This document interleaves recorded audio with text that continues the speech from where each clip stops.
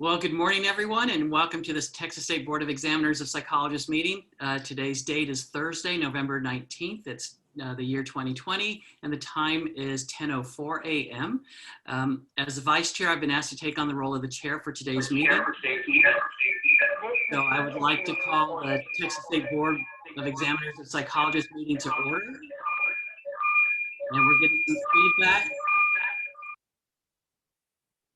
All right. I'd like to call the meeting to order. Our board administrator will call the roll, and please respond with "here" when she calls your name. Tim Brannaman. Here. Ronald Pomaloris. Here. Herman Adler. John Balamowicz. Here. Angela Downs. Here. Susan Fletcher. Here. Luann Mock. Here. And Donnie Zagaris. I gotta unmute him. 1 second. You're still on mute. He may not have picked it up. Heard.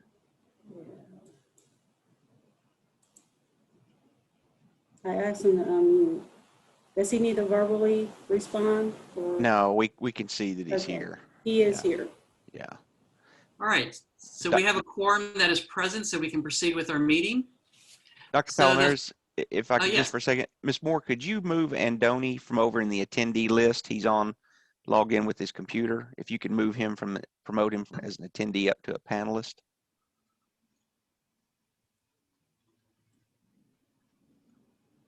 Okay. And then Andoni, if you want to unmute yourself on the phone, I think it's *6.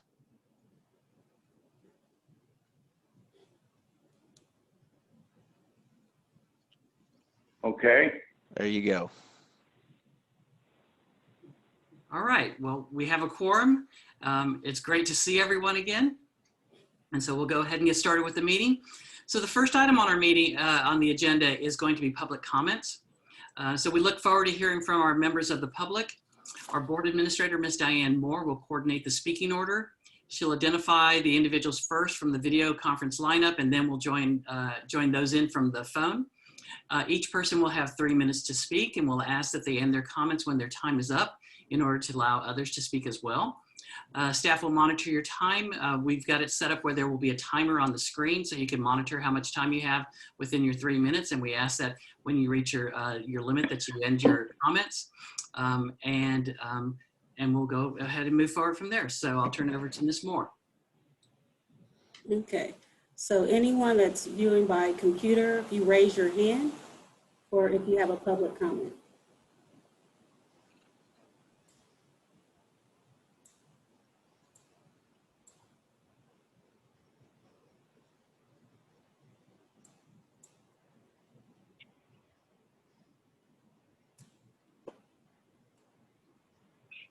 So far, we have no hands raised.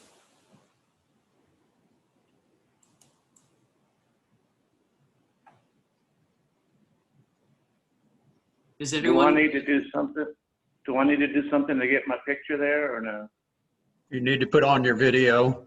You need to check your video on your screen. Probably on mine, it's down in the lower left-hand corner of my screen where it says stop video started. I don't see any of that. Let's see. Start video. Let's see. Wow. There you are. We can see you. And I scared myself. Good morning, everybody. Good morning. Morning. At this time, we have no hands raised, and there are no participants viewing by telephone. All right. Well, without any public comments being offered this morning, we'll move on to our next agenda item. The next one is item number 3, approval of the minutes from the August State Board Psychology Board meeting. Do I hear a motion that the August 13th, 2020 Tsbep board meeting minutes be approved? I do. I make that motion. Is there a second? Second. I'll second it. All right. So we have moved by Dr. Brannaman and seconded by Mr. Zagaris. Is there any discussion for the minutes? There was one edit that I saw that might need to be made in section 8 of it, just a clerical edit. The section said a motion was made by Dr. Mock and seconded by Dr. Mock and seconded by Mr. Bridges. So probably just need to strike that seconded.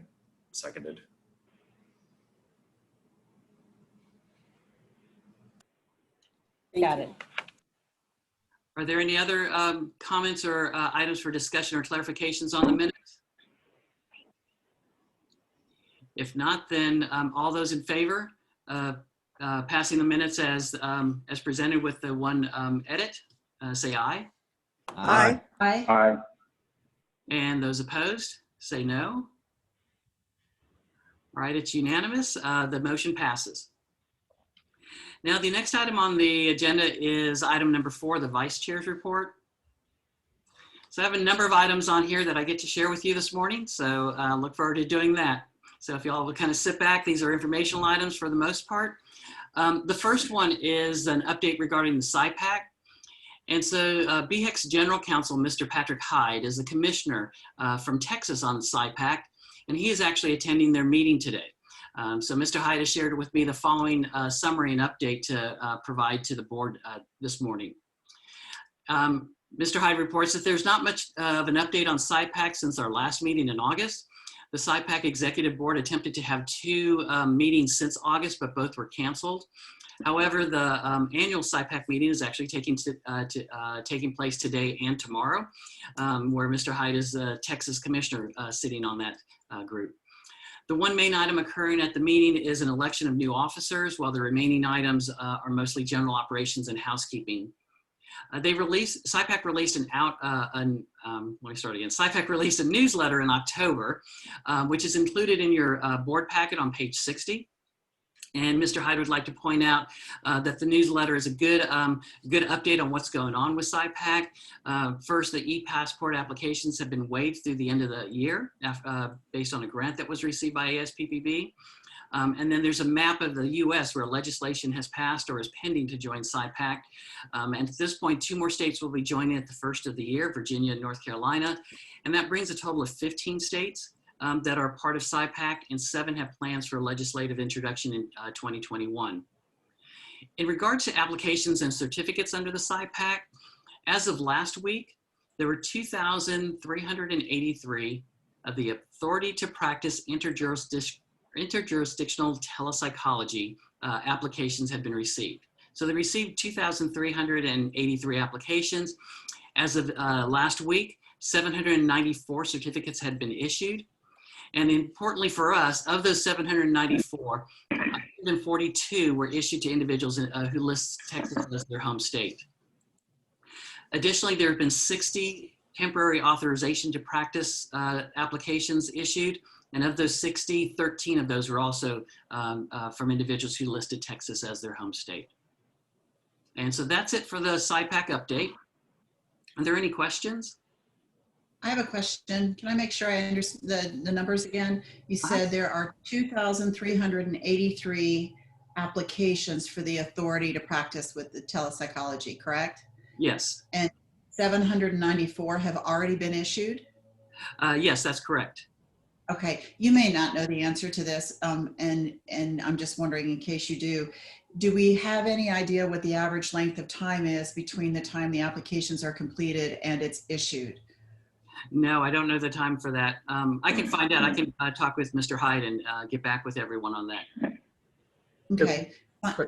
And I would insert if I recall correctly, and it may depend on the nature of the application, is actually a formal recognition of that necessary to practice when we're under the governor's order, Mr. Spinks or Ms. Moore? Could you say that again? Yes, I wasn't sure whether actually a formal acknowledgement on those requests to practice is necessary when we're under the governor's order. Is that accurate or not? Right, you're talking about that statute in 418 in the government code that allows anybody who's licensed and in good standing in another jurisdiction to practice during a declared disaster. The limitation on that is, number one, obviously there has to be a declared disaster. And then number two, the services you render have to be in direct support of disaster relief efforts. Whereas SIPAC, you're not necessarily practicing with disaster relief efforts. It's just can be your normal course of your normal business. So you're right that disaster relief is still in effect if somebody has to come to Texas and practice because of COVID or Hurricane Harvey. The disaster declaration is still in effect for that.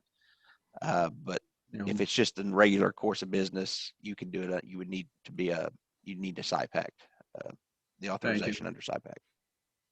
And I think a lot of people misunderstand that. They think it's just free reign to do their work versus whether it's related to the disaster or not. So I think it's important that people spread the word that it's related to the disaster relief, not just free reign to do your work right now. Candidly, it's an area that's kind of ripe for abuse, to be honest with you. Dr. Palomares, I have a question. Aside from the numbers that you've shared, are we pulling in demographic information to look at the composition of those areas that are requesting? For example, I'm interested to see if we have rural areas that are reaching out to be incorporated and including telehealth with respect to rural versus urban, because I know that is definitely an area that has a deficit and is in desperate need of assistance. No, I'm not aware of any demographics. Actually, when I spoke with Mr. Hyde early this week about this, he had said he had requested the specifics of how many applications had come from Texas itself, and so he just got those numbers. There was no breakdown further than that. But I can talk with him and see if we can get some more information about the demographics as well. I think that is an important area to watch, and just for us as a board to be aware of who's applying for these licenses and where they're coming from. Okay, thank you. No, thank you. Any other questions about the SIPAC update? All right, I will pass these on to Mr. Hyde. We'll talk about it and we'll get back with y'all with some answers on that. All right, the next item on the agenda is the Tsbep October 28th Town Hall recap. For this agenda item, I'd like to just summarize the town hall as an informational item. We will be talking about the Equivalency Part 2, the purpose for the town hall. We'll be talking about that a little bit later on the agenda. So all board members were given a link to the video of the town hall and were asked to watch it prior to today's meeting to provide each of you with the context, as well as hear some of the comments that were presented by the public during that town hall. So this is just that recap.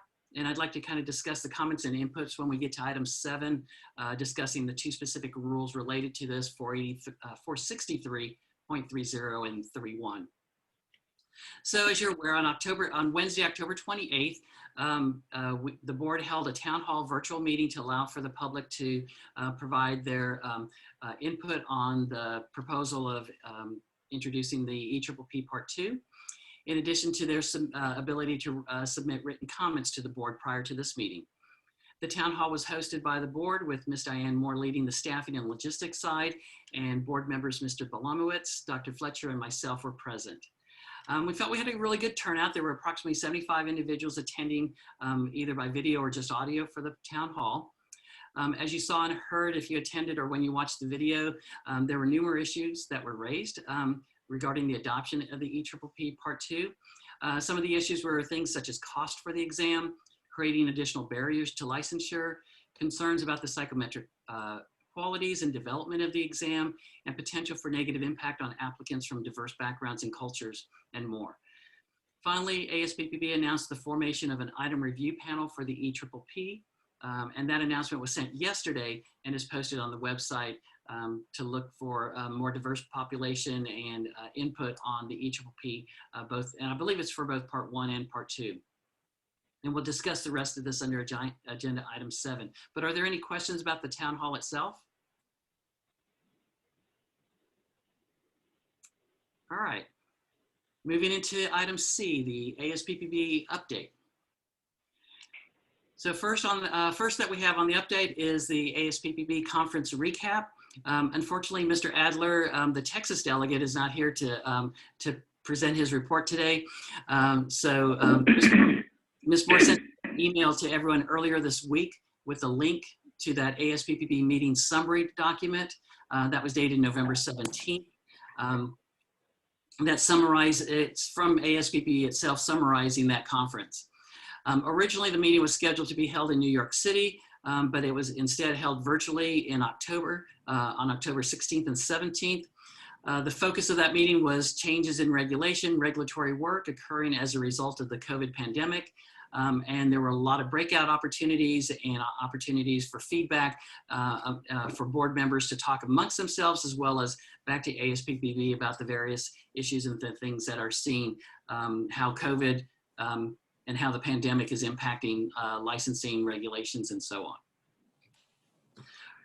Are there any questions about the Asppb annual meeting? All right. Again, I would say if you have some questions, take a look at that summary first. It's quite a number of pages that just has comments. And specifically what I liked about that summary is they pulled out a lot of the comments that individual board members had made during the meeting and just pointed those out. So that's a nice document that kind of summarizes the meeting itself. Also at the meeting, I'd like to acknowledge that Texas and Tsbep was awarded the Asppb Certificate of Recognition from the Asppb President. As you can see, the certificate in your agenda book on page 12, it cites Texas's extraordinary contributions to the regulation of psychology as part of the PsyPAC Commission. It noted our legislation enacted June 10th, 2019, which helped lead the commission to reach their first required 7 states before it became active. And as I said earlier, there are now 13 active, 2 more active in January, and those 7 with pending legislation. So it was nice to be awarded, be recognized, and especially for Mr. Spinks and all the hard work that went into that aspect of ensuring that the PsyPAC component was included in our sunset bill, and to see that legislation pass and see us being involved in the PsyPAC early on. I think that's an important thing. And it's nice to see Mr. Hyde being on that board now representing Texas and helping to ensure that PsyPAC becomes more successful and really helps to break down some of those barriers for telepractice across our state and for our practitioners. And our next item is the COVID work group proposed documentation forms. This is on page 14 of your agenda book. Asppb created a work group that included several US and Canadian organizations to really focus on and identify the issues of the COVID-19 crisis and how that impacts students, new applicants, and psychologists who need certain education, training, supervision requirements for licensure. They created these 4 forms to help individuals to be able to move more easily, to document and log their experiences throughout this past year and moving forward. So beginning on page 16 of your agenda book, you can find the 4 forms. The first one is education. Second one is practicum. The third one is internship. And then that 4th one is that postdoc experience. And so what these forms are doing is they're set to create a standardized format and form for documenting those experiences, including ours and as well as signatures of their supervisors. And so one of the nice things about standardized forms is that they can then allow board staff to efficiently process applications, as well as providing applicants with clear guidelines on required information. Further, being a nationally standardized form or a national form where other states are considering this as well, it helps individuals from other states to apply to Texas for licensure. So with these new standardized forms, the question comes to us this morning to discuss, if there's a motion for us to accept these forms as part of the licensure application process for Texas. So I'd like to open it up for any discussion, and then if a motion might be made.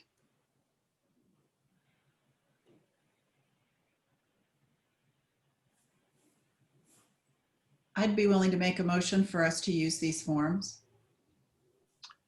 All right. I have a question about, has the staff seen the forms and what is their opinion about them? I the people who have. would be actually looking at the forms. I have looked at them. I have not showed them. I don't think Monica has seen them yet. Monica and Doris. You know, I guess my only kind of hesitation about putting them on the website is people thinking this is the substitution for our internship verification or our postdoc verification form. We need to make clear that this is a supplement to those forms, something you can choose to submit along with those forms, but those forms are still required for licensure. But I mean, I think we can do that. I just want to we just have to make sure it's clear to the applicant. You don't get to just substitute this form in lieu of our form. Okay, so we have a motion to accept the forms. Is there a second? I'll second. All right, Mr. Bridges is seconded. So in that discussion, Dr. Mock, you're right. I think that's an important piece, is to see where staff feels about this. I would agree as well with Mr. Spinks that component of making sure that it's clear this is a supplement. It doesn't take place of the documents that we already have that are being required. What I like about it, as having reviewed those and taken a look at them, is that it really helps those individuals. We've talked about it in the past. Individuals have struggled with being able to get the required hours in certain areas and things throughout in this past year, or certain experiences that are typically they're able to get during a practicum or an internship or a postdoc experience.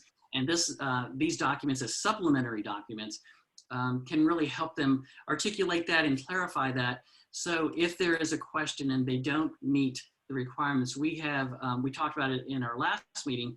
If an individual doesn't meet those requirements, they can petition the board for extraordinary circumstances to be considered. And this document helps to provide documentation for that. The other part of it is that it is designed to be signed by their supervisor. So it's not just an individual who comes forward and says, here's what I did and here's how I tried to make up for it. We actually have someone who is also verifying that information as well. And so that's my thought about it, is that it does provide a nice supplement and in a very formalized process or a standardized form for individuals who might be concerned about not being able to document their time this year or next year. We wouldn't need to use the practicum form though, would we? Because I'm trying to think. We don't. The practicum really isn't relevant on LP licensure or LPA licensure, really. I see it would be if they were coming through, if they were applying through the alternative process that we've just, that's just been passed, where they can use practicum hours and their internship year. Credit it towards the postdoc, is that what you're saying? Yes. Okay. There's practicum hours that are credited towards postdoc.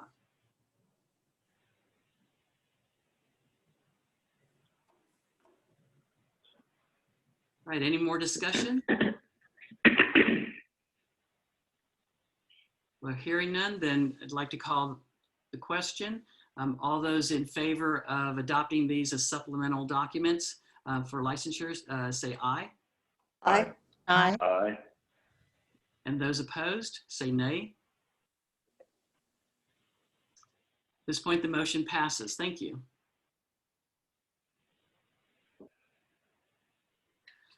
All right, the next item on our agenda is the EPPP October letter. This is found on page 35 of your agenda book.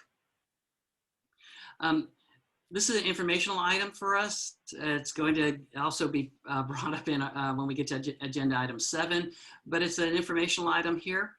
It's the letter itself. There are two main points that came forward in it. First was the discussion about the access to testing centers. And in the letter, Aspb reports that Pearson, who runs the centers, report that they've been working to increase access to testing center and testing center hours by adding more dates and times. And they've also looked at third-party testing centers who meet their security requirements to expand the opportunities to take the test. However, I do want to let you all know, during the town hall meeting, we heard from a licensee or applicant from Houston who was talking about issues of having struggling to get an appointment at a testing center in Houston or in the Houston area. And that I believe the comment was that the first available date and time was almost 3 or 4 weeks out for them. So this was October 28th, and they were talking early December when they could find some dates and times. So contrary to what we see in the letter that there's been more open dates and more times, hearing from the field from one member, and it's only one member or one applicant, that is not always the case. And so again, just being aware that Asppb knows that there's an issue with getting the testing sites, access to the testing sites during the pandemic, and trying to find ways to handle that. So that's one of the areas that they're focusing on in that letter. The other was addressing doing remote access to the Eppb, allowing individuals to take it remotely. And what the letter at this point then, says is that they could not find a way to ensure the security and confidentiality of the test at this point. So without being able to ensure that the test is being maintained both confidential and security-wise, they are not open, or they have not moved to a remote access component yet. It doesn't mean that they haven't stopped looking at that, but at the same time, they're not able to put it on in remote access. So they really are tied to having testing centers being the locations where individuals take the test. And then the latter half of the letter focused on the concerns related to the validity of the Eppb and responding to those concerns. And some of the points that I pulled out of it is that the Asppb follows the testing guidelines of SCRA, APA, and NCME. There's a FAQ with details about their test development process on their website. They provide information about the diversity of the members on their examination committee and discuss briefly some of the statistical aspects that were used. And then there's that call for nominations to the examiner stakeholder technical advisory group. And that technical advisory group is going to be used for ongoing communication and transparency as the test development and implementing processes continue moving forward. So that was in that letter. The last item here is the Asppb's social media guidelines. This is found on page 40. And Asppb has developed these social media guidelines that were released October 9th, 2020 to provide guidance to professionals when using social media. You have within these guidelines, there's 9 areas looking at confidentiality, informed consent, multiple relationships, security of information, and the regulatory body use of social media. So there's a number of areas in there that are being addressed by that. And at this point, it's just informational. All right, with that, it closes the Vice Chair's report. Are there any questions?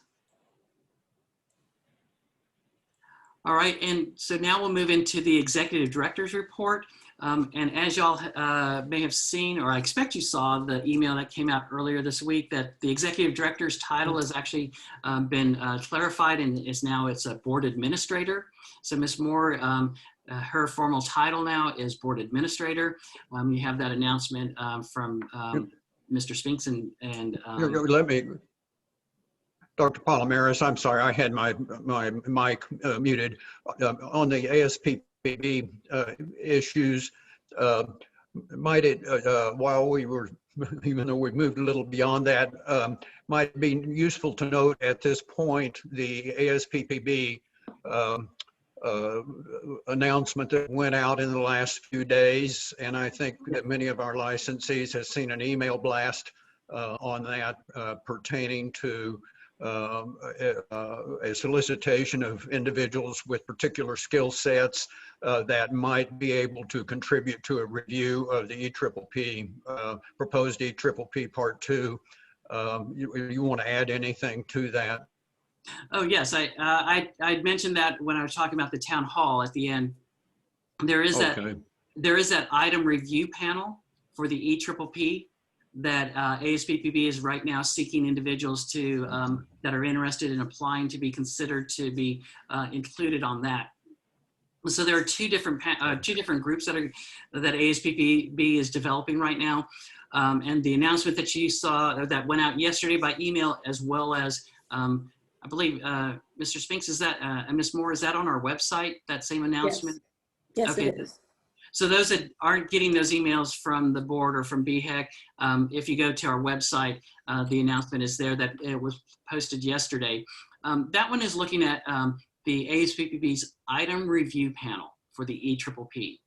And that item review panel for the EPPP, as I understand, is really looking at EPPP items themselves and reviewing those, looking for experts in various components of the items that are included in the EPPP. The second one that I had just mentioned is, this is the Examination Stakeholder Technical Advisory Group. The Examination Stakeholder Technical Advisory Group. And as I understand, this this group is looking at helping to develop ongoing communication and transparency of the test development and implementation processes. So there are two different groups out there that are being formed by Asppb and individuals who are interested in those. I know the item review panel is included in our announcements. This Examination Stakeholder Technical Advisory Group is, I believe, is posted on the Asppb website.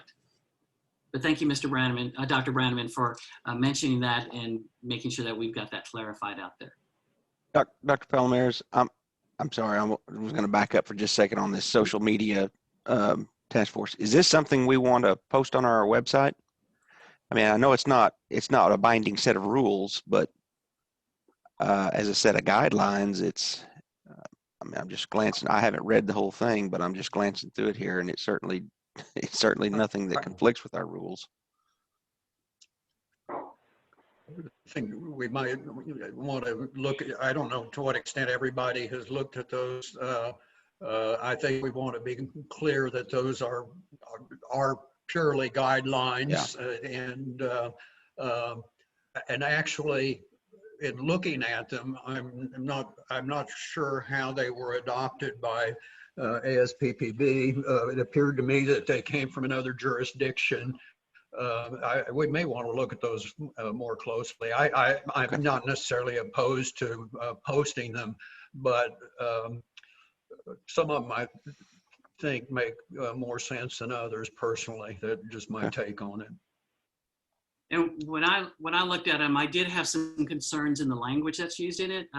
As I've always learned for guidelines, the language should always be aspirational, strive or attempt or and move forward towards something. Whereas for standards, our standards is going to be that regulatory must, shall, should, and there's a lot of musts and should do things within these guidelines. And I think that can be an issue for individuals who are not able to meet them all. So I did look through some of the guidelines, and I kind of agreed that I'm not sure if it's something that we're ready to, I'm not sure that I'm ready to support adopting them or codifying them within our board at this point. And I don't know what do others think about that one? I'm in agreement on the language regarding must, should. That was something that stood out to me for it being guidelines.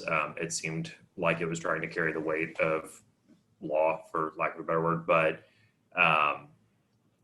yeah, I had the same reservations about some of the language used in there for something that's not supposed to be considered a standard. Yeah, I thought it was a bit overbearing, the language, you know.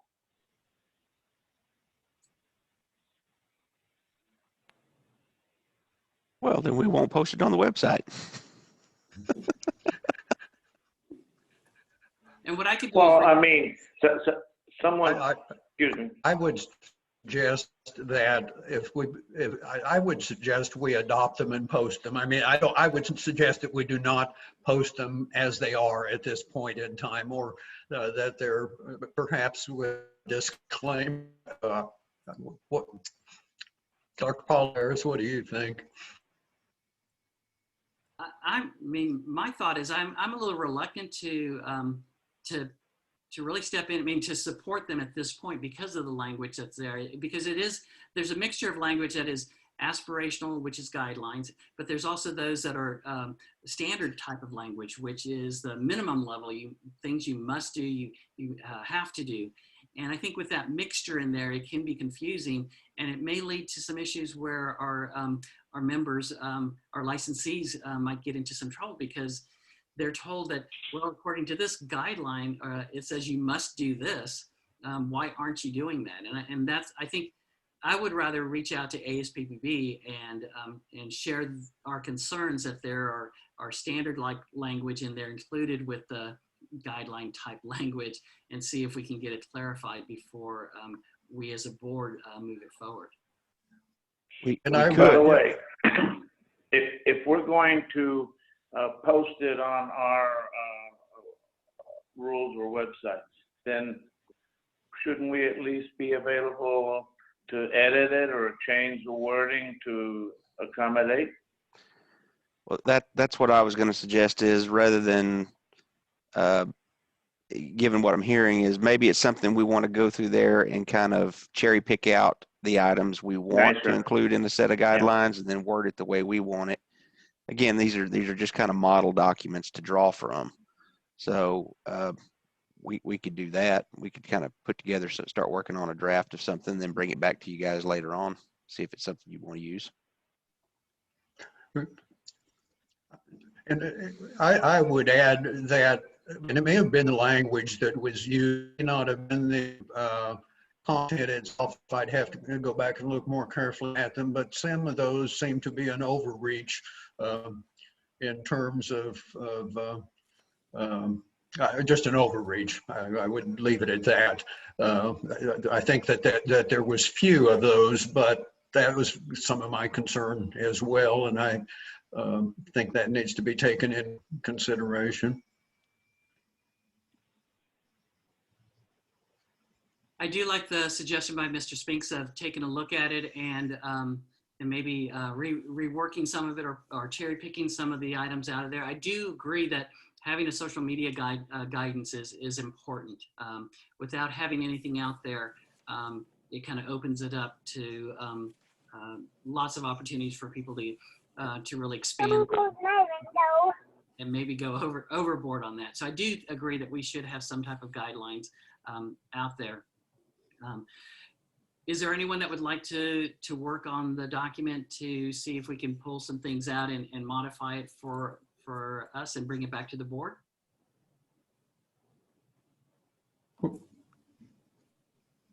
I hate to do it, but I'll volunteer Diane and myself to work on that. That's, I don't know, I guess I kind of view that as y'all have given, this is what y'all want, let us work up a draft. We'll bring it back to y'all, and then y'all can add to take from. That's kind of what that's kind of our role. We work up the drafts, we'll bring it back to you, and then you guys can edit it as you see fit. I may want to reach out to the associations as well and kind of get their input and see, you know, what are some issues that, because I know they're I forget what you call it, they're what, like Dr. Stagner is for TPA. I forget what it's, professional director. I forget the title. Professional affairs, I believe it is. Yeah, professional affairs. I mean, I'm surely those associations are getting questions about this kind of stuff too, and if we could all kind of get on sync about what the common questions are, maybe we could put that in the guidelines. And let me interject too. One of the things that I found confusing about it was calling it social media, which I think implies something that went beyond, or it was really dealing with electronic media more in general.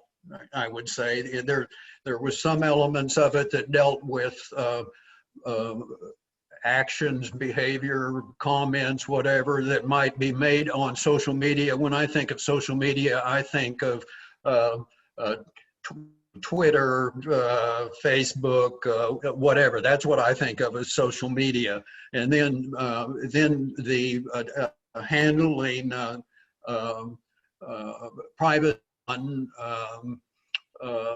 televideo I see as something that's not social media per se. I mean, there was a blending there that I think was somewhat confusing, and I think that the characterization of those guidelines might be something other than how they were titled. That's just my take on it.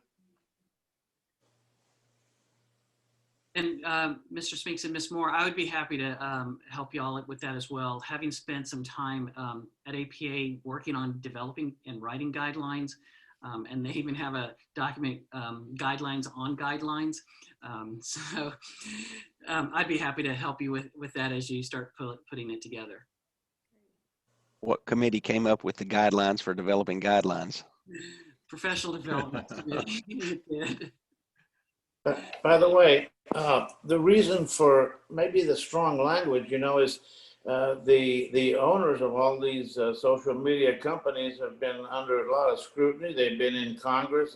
They're answering questions about how come you're censoring, and then when they censor, then they say, well, now you're going against the First Amendment.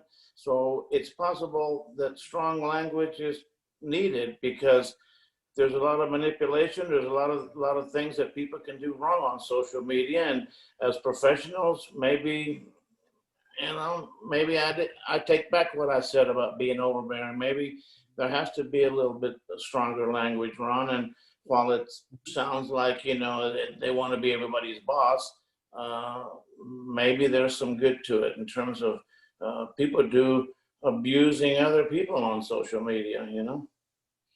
And I agree with you on that. And I think, but you're really, I've always seen it as two different types of documents. One is a set of standards. And a set of standards sets the minimum expectations that these are things all professionals must do in this area. And so I think, and they do sound overbearing. You must do this, you have to do that. And those would be standards. And I think if we wanted to, we could split it into two documents. And one is, these are the standards for social media, the minimums that everyone must do. And then develop these are the guidelines, and guidelines are aspirational. Those are the things that you work towards and you try to do. They're the gold standard that we don't always, we aren't always able to maintain a gold standard, but we can work towards developing it. We can, there's the things that we reach for. And so those are guidelines, whereas the standards, and I see them as almost like two different extremes. But I agree, maybe we need a set of standards. These are the minimum things that you must do, and then these are the guidelines that aspirate. And maybe characterize it as electronic media and make a distinction in there. I just wanted to reiterate, I really like Mr. Spink's idea about having TPA and other associations contribute because I think that they're invested in this, and I think that they want to stay in it, and they can represent the larger group of licensees. And so I like that idea, and I hope that they'd be willing. I'm sure they would be, but I just want to reiterate that.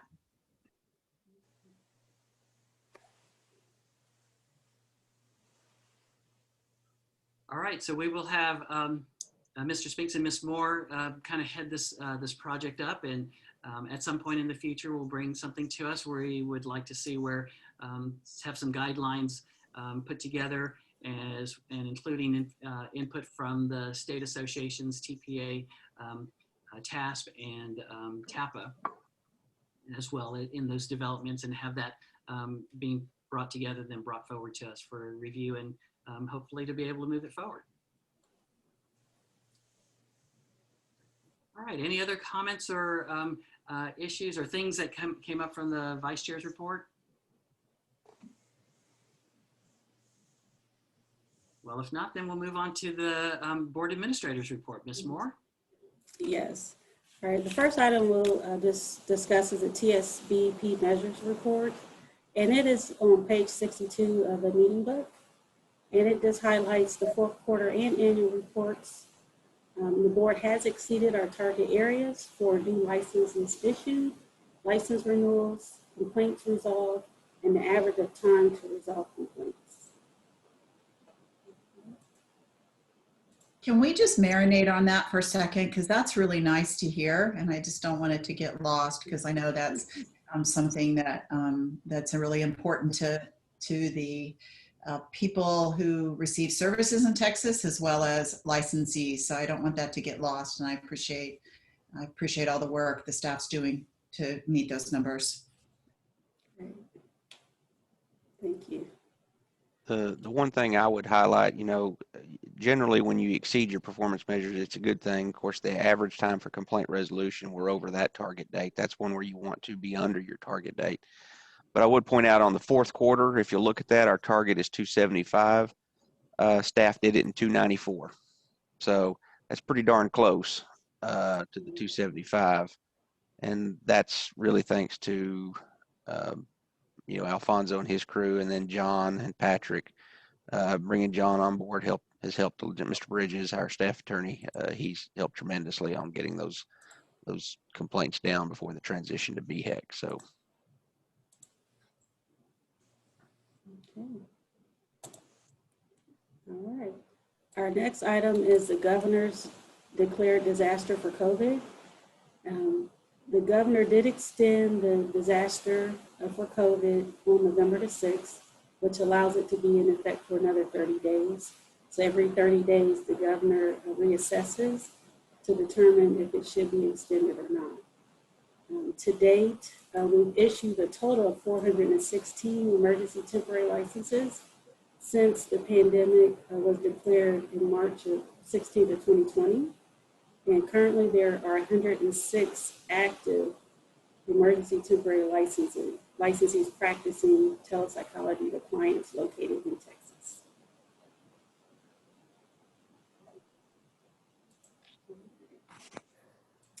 And for our TPA annual conference recap, Daryl and I did do a presentation to the Texas Psychological Association virtual conference on November the 12th. The presentation covered an overview of the BHEC role, the board composition, and what will rulemaking look like under the council. And then we also discussed significant rule changes and other issues before the board and the council, including looking at enforcement data trends. Participants were able to identify changes in the BHEC application and licensing processes, and the BHEC differences in the disciplinary process and data trends. For our next presentation, we're going to build in more time to address more Q&A. But it was well received, and the TPA is going to compile some outstanding questions that came in through the chat, so we can look at that at a future date. And for our jurisprudence examination, I was able to review the content of each examination question, and I have no recommendations for the content to be changed. However, some rule references have changed due to the rules restructuring under the BHEC council rules. So our licensing and some enforcement all got moved under BHEC, and basically the scope of practice and all that remains under the Tsbp laws and rules. So what we're going to do is just work on our internal document to track those rule citations that will move under the BHEC rules. And the existing examination questions do not reference any rule citations, so that's why it's not an issue with the current questions that we do have available. And lastly, our BHEC elimination of the license renewal permit. BHEC voted to discontinue printing and mailing of renewal permits at its October 2017. This will allow licensees to utilize the council's online license lookup, which is an active source to verify primary verification of a renewed license. Licensees can still order a printed permit through the council's online licensing system, and that fee would be $10 if someone wanted to actually get a tangible card. And that concludes. Go ahead. I was going to say, I wanted to also just make a quick announcement to the public who are listening right now. I know in the past that you have had to display your renewal permit alongside your license. That is not the case anymore. That hasn't been the case since BHEC came into being. Obviously, we're not issuing renewal permits any longer, but if you order one, you still don't have to display it next to your license. So just an FYI, if you don't have it on the wall, you don't need to worry about putting that renewal permit up on the wall next to your calligraphy license in order to be legal when you're practicing. So just kind of pass that along to all your friends and colleagues. Is it possible to, my understanding was that there is a means of downloading some type of validation that could be used with either an insurance company or a contractor or whatever the case is to provide a current status of licensure that would have been the equivalent to that annual renewal permit. Is there some way it can be made clear each time that renewal comes up, how we access that online? Yeah, we can. I can put something on the website to explain that, if you need verification of your renewal, go here and look yourself up through the online verification system. And then Because there's the print I function. think that I think there'll be a lot of questions if it's not spelled out, or at least using my personal experience. Yeah, we can do that. And so, Ms. Moore and Mr. Spinks, when was the last date that those the documents were actually being sent out? Was it for those that were renewed in October? We stopped printing them on November 16th. Okay. Is it possible that next year at this meeting we get an update on how many requests there have been for printed certificates? Yeah. Making a change like this my thought is, I'm wondering how much of an impact it begins to have. And if we start to find that a large number of licensees are turning around and requesting them, I think that's an important trend for us to take a look at. Yeah, we can do that. All right, thank you. We could probably do it sooner than a year if you wanted that. I think my thought is just seeing it in a year. Give it a good year's worth of data. Place, and as licensees begin to learn that they don't need it, or that they do need it, and figuring that piece out. So I think a year is fine. Okay. All right, any other questions for Board Administrator? All right, well, moving along here. So I'd like to move to item 6, the selection of the Tsbep Behavioral Health Executive Council member. And so we need to elect a new professional member and an alternate to the Behavioral Health Advisory Council with that term beginning February 2nd, 2021. The rules require that it be a licensed psychologist. And so at this time, the only eligible members are Dr. Susan Fletcher and myself.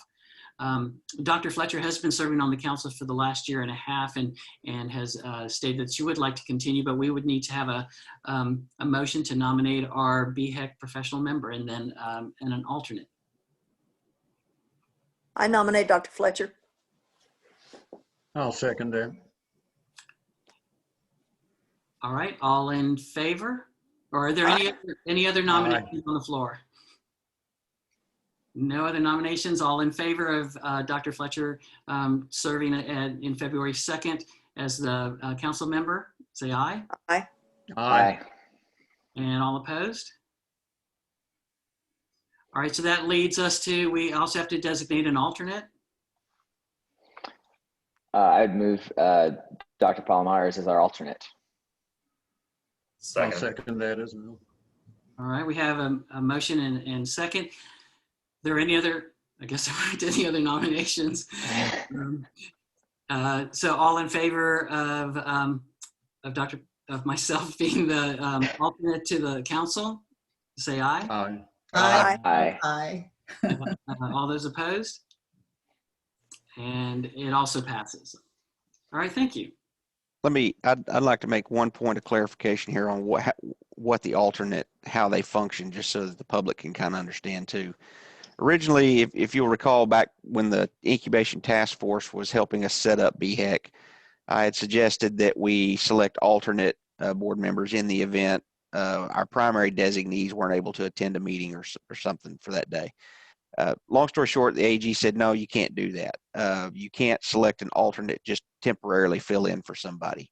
So what the alternates are going to do here is if Dr. Fletcher gets hit by a bus and is no longer on the board or the council, then Dr. Palomares will move up there. So not wishing anything upon you, Susan, but that's the way the alternates will have to work, because the Attorney General has said, just if Dr. Fletcher is on vacation in Tahiti and can't make a meeting, we can't just have Dr. Palomares come up there and sit in her stead.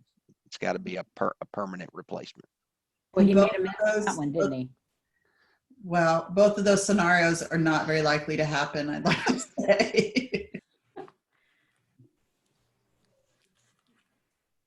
All right. Well, congratulations, Dr. Fletcher, on serving as another round on the council. All right. Now moving into agenda item number 7. So these are the new rules or proposed rules, changes being considered for recommendation to the Executive Council. And so what I'd like to first do is I'd like to note that the following rules do not have any recommendations. And so these rules that were included in your agenda book and on the agenda, so these rules will remain unchanged and no actions are needed to be taken by the board on them at this time. So of the 16 that are listed there, you can go ahead and remove the following ones. Remove number 4, 463.8, licensed like associate. There's no action, nothing to be taken there. Number 6, 463.20, special provisions applying to military service members, veterans, and spouses. We will not address that. Number 7, 463.25, health service psychologist specialty certification. Number 11, 465.6, solicitation, use of titles and business names. 13.465.18, forensic service. And number 14, 465.20, research. So you can remove those off the agenda. There's no action or anything to be done with those. What I'd like to do with the, to begin with the remaining items in order, but skipping the first two, 463.30 and 463.31, as they're related to the Eppp Part 2. And I expect they're going to require a longer discussion, and we have much more material for those. So what I'd like to do is have us tackle the other remaining items and then return to those two. So the following rules are proposed rules reflecting received comments, including several that were include recommendations from the Office of the Governor that were sent recently via email. So you have those in your agenda book, but then you've also received some email updated to a couple of those items, and those are based upon comments and reviews from the Office of the Governor. And so those updated Office of the Governor review items supersede the items that are originally in the agenda book. And I'll remind you each of those when we get to them. So let's get started. The first one is item number 3, 463.3. This is the use of other mental health license during supervised experience. It's on page 110 of the agenda book. And Part A clarifies that individuals with other mental health licenses may not obtain the required practicum, internship, or supervised experiences required for a Tsbep license using that other license. So I'd like to ask Mr. Spinks if he would like to lead the discussion on this one. He has some input and some information for us on it. Sure. One of the question that was posed when I spoke with the governor's office was, why can somebody who is not, say, practicing under an LPC license, providing counseling services, why can that experience not count towards the experience that you need for licensure as a psychologist? And I mean, I understand there's differences in, the scope of practice in psychology. I think probably is a bit broader than what the scope of practice is in counseling.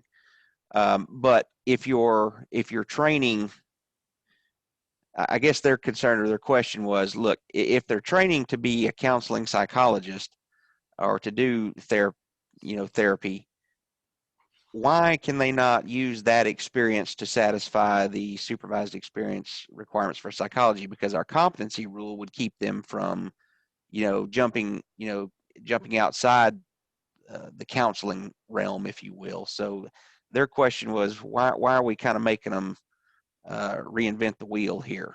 And I'm like, I don't know. I'll have to take that to the board, and y'all are going to have to debate that and kind of tell me what to say.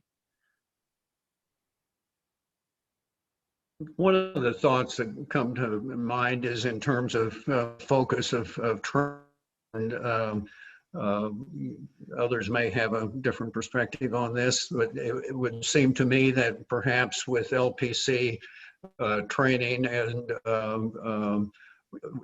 academically as well as at internship vision sites, that the focus is not so much on psychopathology, the breadth of assessment, as well as diagnosis. Now, I'm not saying or suggesting that there's not some focus on that, but in terms of the focus of the training, I would question whether that is getting addressed in the same manner and to the same extent as with our psychologist training program.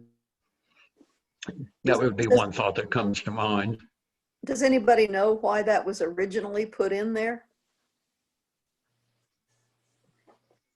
Anybody remember? The earliest memory I have, I remember it seems like y'all had recently adopted that whenever I came on board in 2011. And I remember there were some discussions about, basically it was, you're practicing counseling, not psychology, if you're operating under that license, and it's a different discipline, and therefore that experience cannot be used to satisfy our supervised experience requirements. That's really all I remember about it. And conversely, I believe at this point in time that training in a psychology site probably would not qualify for licensure as a counselor. I could be mistaken about that, but at the national level, at least, there's been a clear distinction made between the two with the professional associations and certification programs, I believe. Yeah, there's been a push to move towards CACREP. I have a question. Yes. Practically speaking, for somebody practicing in the mental health field who wants to add a license to do something else to, further their career, further their credentials, practically speaking, other than stopping what they're doing, going back to school and doing something else, I don't see how would you actually practically gain another license without just stopping, unless you're using something of what you're currently doing in some sort of overlap to grow your career and your expertise. Does that make sense? Yeah. I've seen it where individuals are actually going through a graduate program, a new graduate program, and they're doing part-time work, or on the side, they're continuing to work under their other license. And that may be where they talk about using that experience then. But based on this rule, you would not be able to use that other experience. Is that, am I getting that right? Yes, Correct. that's correct. Yeah. Thank you.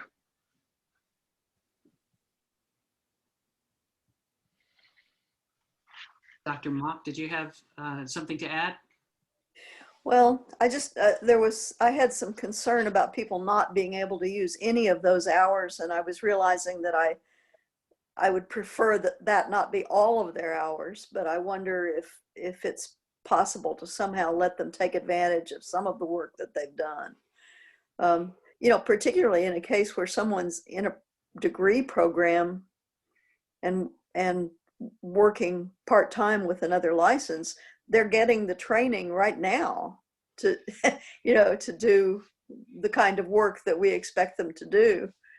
And it seems a little, I don't know, capricious to just say, well, you know, you can't use those hours.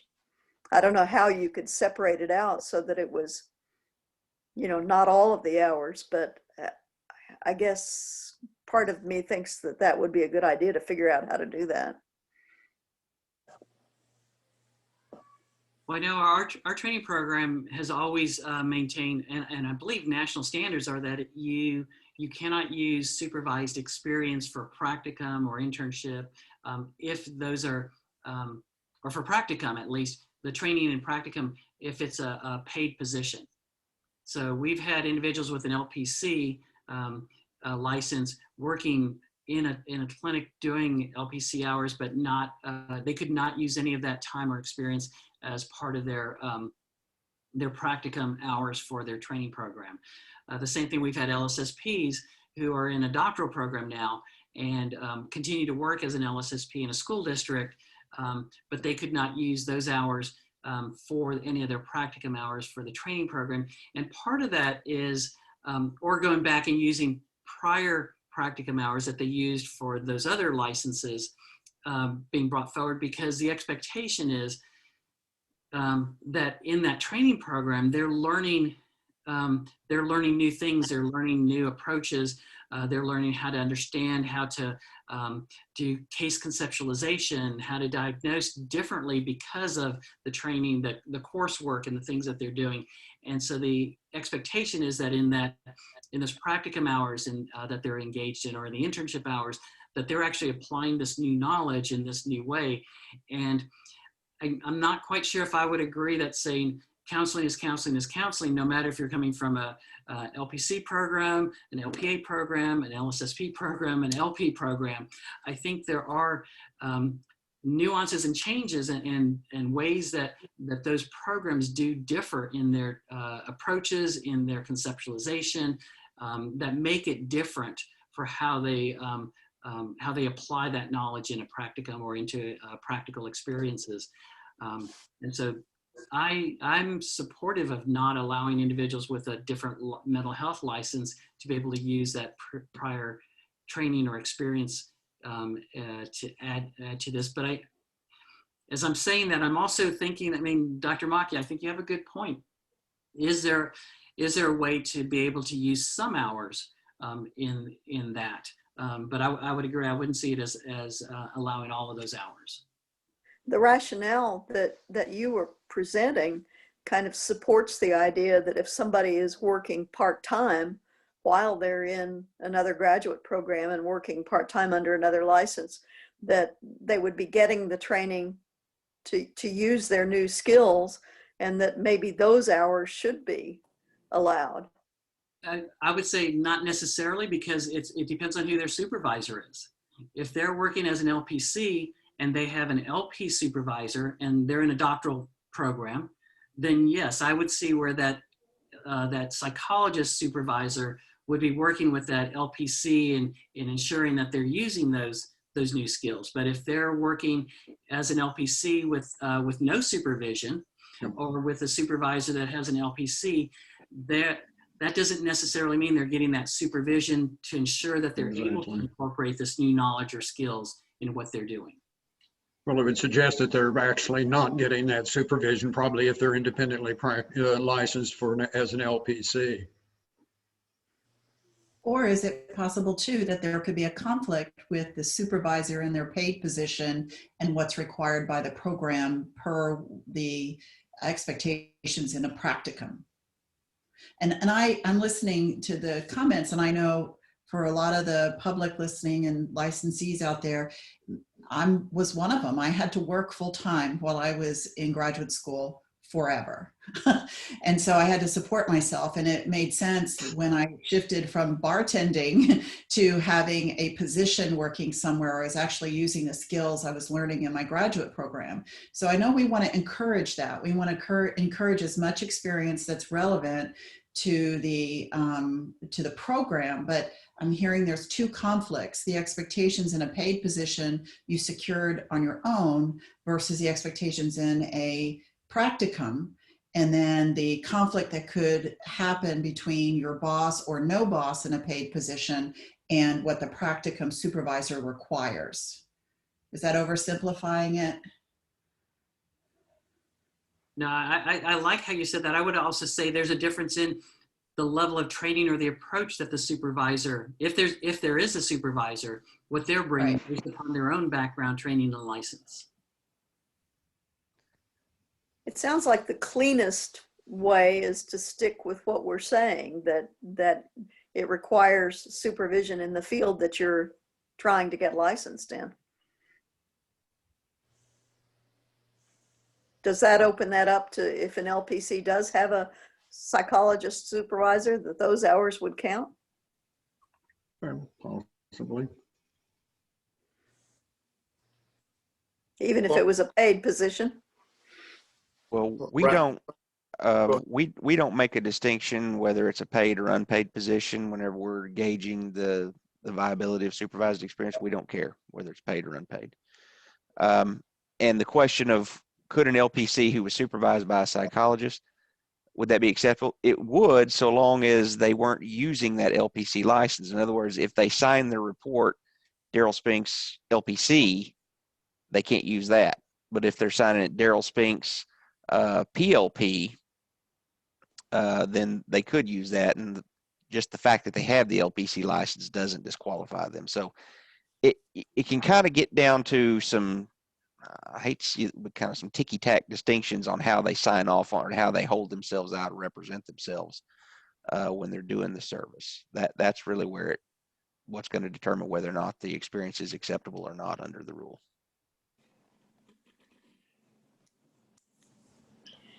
Daryl, do you feel like that discussion gives you enough material to talk to the governor's office about why that rule is wanted?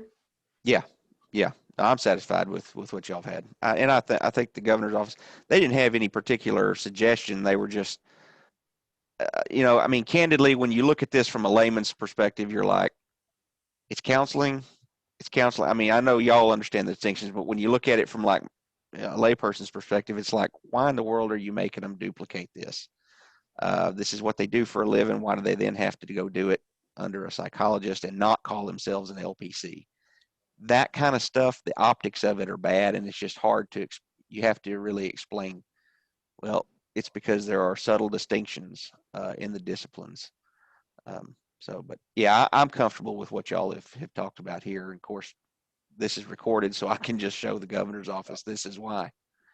And I think another way to show it, to demonstrate it, is just taking a look at the standard degree plan for a doctoral degree in psychology, for the LPC degree, for the LPA degree, the master's degrees. Taking a look at the degree plans, and you will see the distinctions in what courses are required, the training that they have. And I think that helps to differentiate that counseling is not counseling versus counseling. There are those distinctions are there in the training aspect.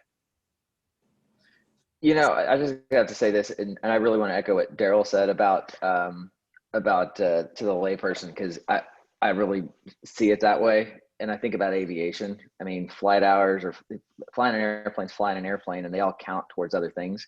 However, there's a big difference between being an airline pilot and flying a single engine airplane. They still count as experience towards other ratings. There's definitely a distinction, but they build on each other depending on which way you're going in your career. So Daryl, your points are well taken as well. That's exactly right. The trend has been for LPAs, because of the previous licensing issue, to jump over to LPC.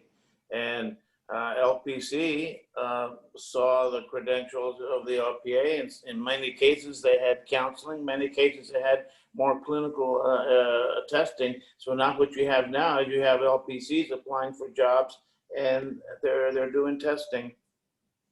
But that's because they brought in a previous credential.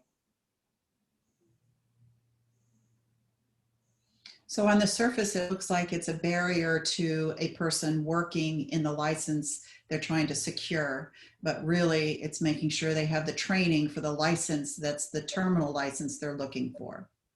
Is that accurate?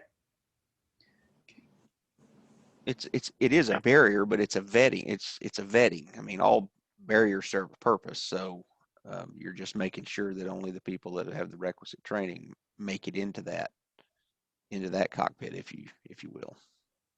Yeah. And I like Mr. Bellmovich's reference to, I wasn't sure whether making a distinction between flying a small plane versus an airliner versus a helicopter. I believe, I might be mistaken since I'm not a pilot, but I believe, say, flying a helicopter is somewhat different, takes a different Most than so I think that was a useful example. Just because you're in the air, it doesn't mean it's the same skill set. Would I be wrong about that, Mr. Belamovich? There's definitely a difference between rotors and fixed wing. So I don't know, maybe that's a difference between like psychotherapy and like just normal therapy. I'm not sure. But yeah, it's you got it. Just so I'm clear on kind of where this discussion is going, are we saying that we're not looking at any overlap, or are we going to take into consideration any overlap that might happen with any of the degrees or coursework?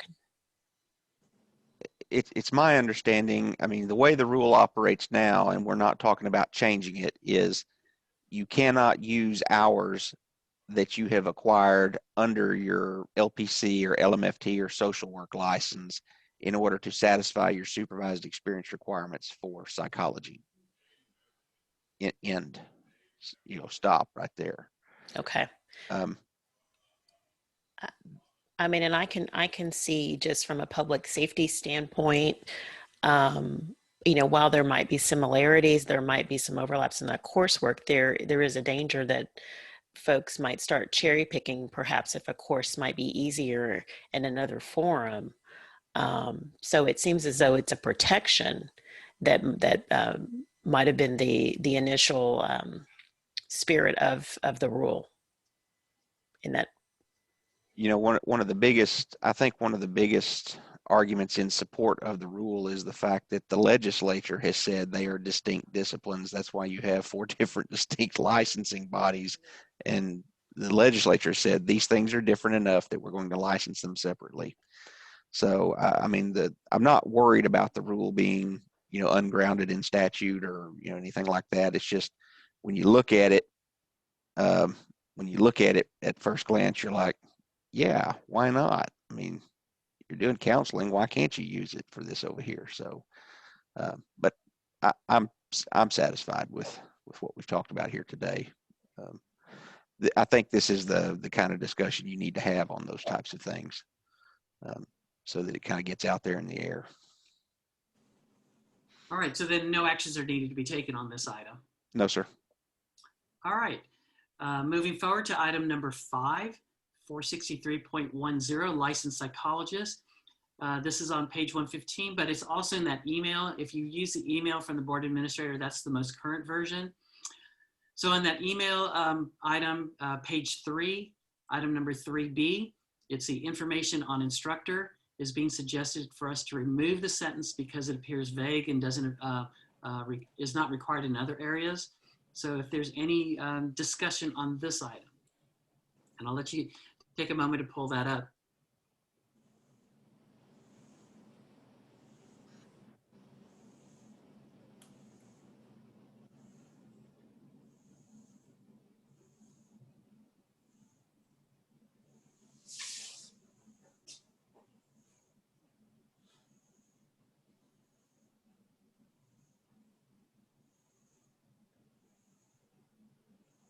Did you say page 115 of the meeting documents? Yes, page 115 of the agenda book, but it's in that email that Ms. Moore sent to us. It's one of the 5 documents that were included in there. They are each listed as with proposed and then the actual item number. So it's proposed 463.10. There we go. Sorry, got it. Thank you. I've got it up there on the shared screen if y'all need to see it there. Thank you. So this is a section that is looking at, that talks about equivalency to AP accredited training program. So for individuals who are applying for licensure and they have to go through the equivalency process, there are certain requirements that they have to do. So first one is courses. They have to show the equivalency that the course is meeting each of the requirements that are noted in paragraph 2 of the subsection, looking at the official transcripts. Part B was that the sentence information regarding each of the instructors for the courses are submitted to be substantially equivalent.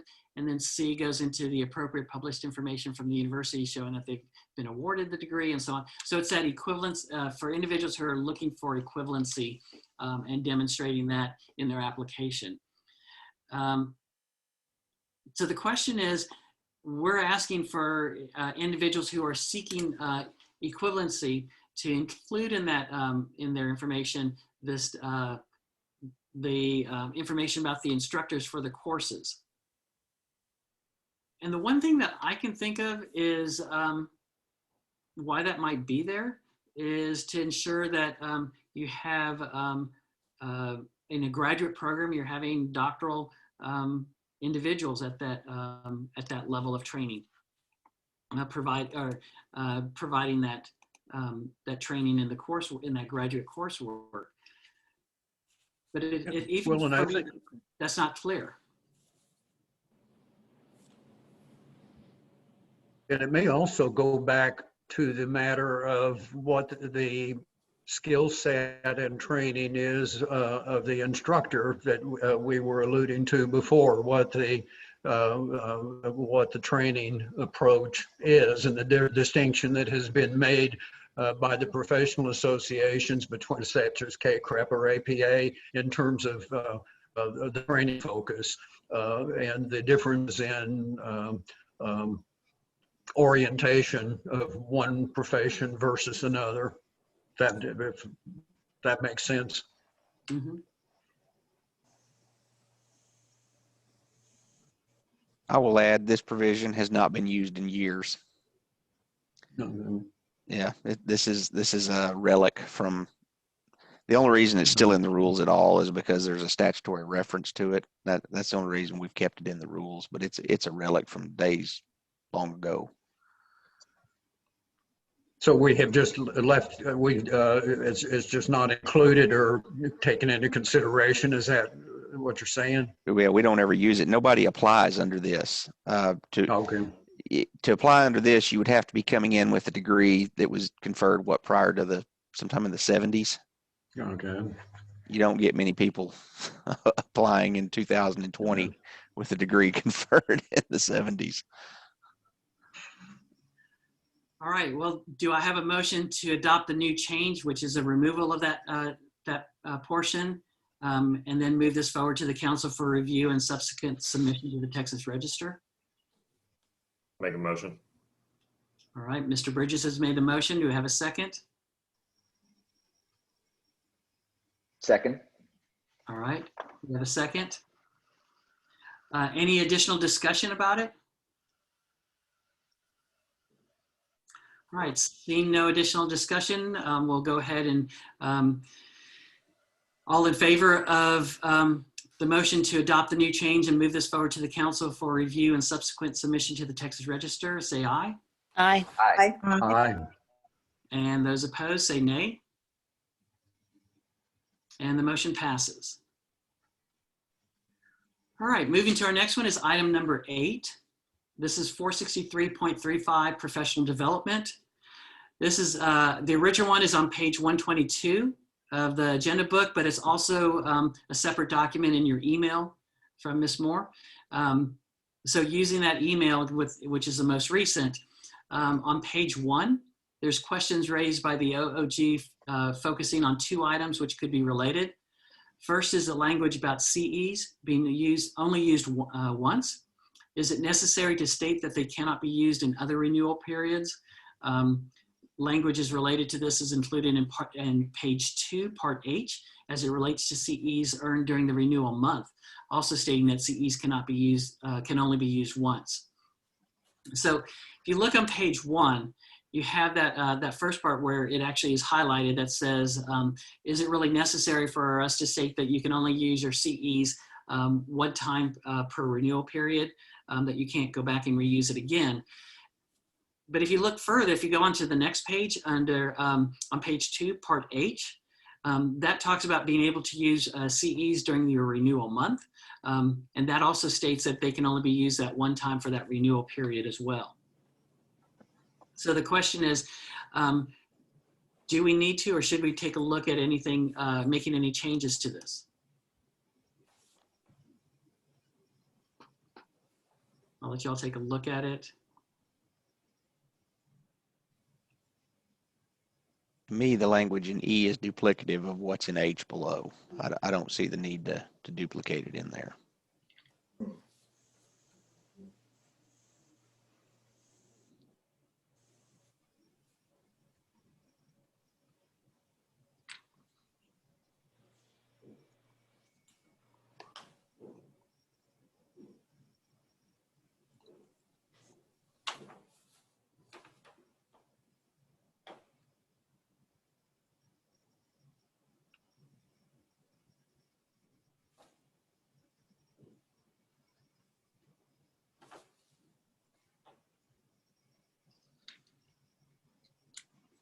So is there a motion to remove the language, that one sentence on, where is it? I have to find it. Part E. Part E? Yes. Yes. Removing the specific language, the council, let's see, provided that the specific activity may not be used for credit in more than one renewal period. I so move. I'll second. Motion and a second. Is there any further discussion on that? All right, seeing none, then it is passed that to have a motion to adopt the new change of removing that one sentence starting after activities. And it will be moved forward to the council for review and subsequent submission to the Texas Register. You need a vote. Oh, I'm sorry. That's the motion. All in favor? Aye. Aye. And all opposed? And none opposed. The motion is passed. Thank you. All right. The second piece in this document or in this rule is that the highlighted part 2 further down on that same page 1, teaching of or attendance as an official enrolled student in a graduate level course in psychology at a regionally accredited institution of higher education. So the question here is, does this allow for an instructor to claim credit every renewal cycle if they teach the class during that cycle? Is it clear, or should the language be changed to maybe clarify it further? One of the points that the governor's office raised when I was talking to him about this is they said, well, look, each time a professor teaches a course, obviously he or she has to update the training materials because the science advances. And so you're constantly having to make sure that what you know is correct. And so why are we telling people, well, despite the science having advanced for the past 10 years, you already used this thing once before, so you can't use it again, even though we know you've learned new things along the way.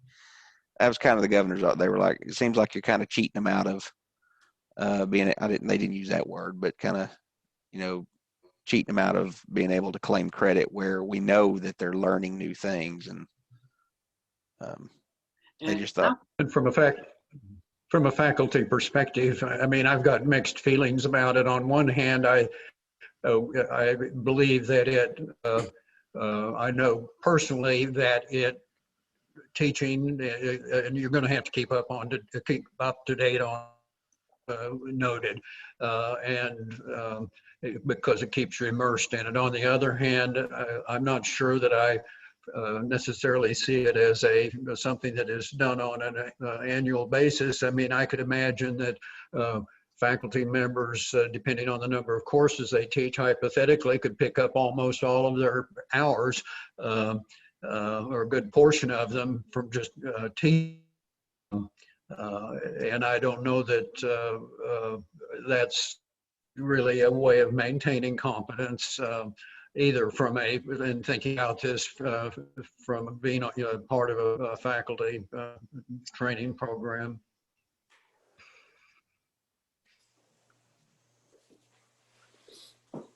And I think about that as well. I think if we were still renewing it on an annual basis, I would have more concern here. But with it being renewed every 2 years, and that you could only use the course once within that 2-year period, I expect and I see, I mean, definitely courses change every time they're taught. I think you see more changes after 2 years within that. So I'm more supportive of it now. So with a particular course, one time, if the faculty member who is teaching more than one course, different courses, they could consider each one of those as part of their ongoing development, but only one time. I'm not sure whether I was understanding from America. So what you're asking is, if you teach two different courses during the renewal period, could you count? Yeah, I think so. I think you could count both of those courses.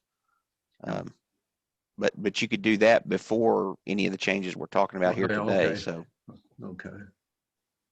And at least half of them have to be obtained from an endorsed provider. right, So, exactly. so you could use a professor could use their CEs. They could do half of their CE hours based upon the courses they teach within that 2-year period, but the other half would have to still come from a approved provider. Sounds good.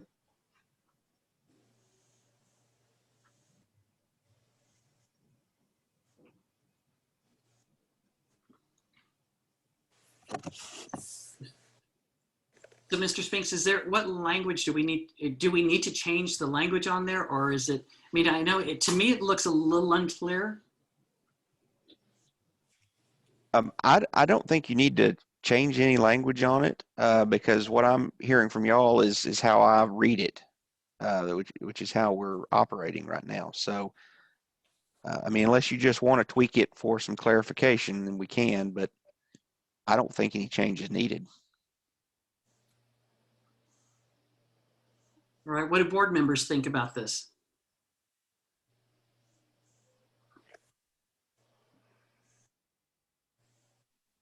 If Daryl doesn't think there needs to be changes, I don't think there need to be changes. I'd agree. Yeah, I trust Daryl on that.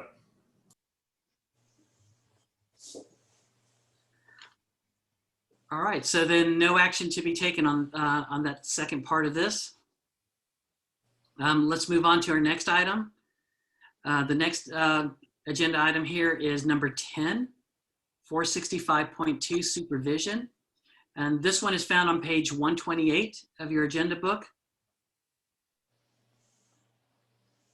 And there they're looking on number A2, requiring supervisors to ensure licensees have legal authority to provide psych services.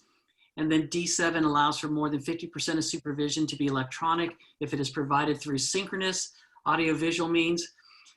Is there any discussion? I just have a question. Did we skip number 9? Or did I just miss it? Oh, yes, we did. Okay. We'll come back to number 9. All right. Thank you. So number 10, 465.2 supervision on page 128.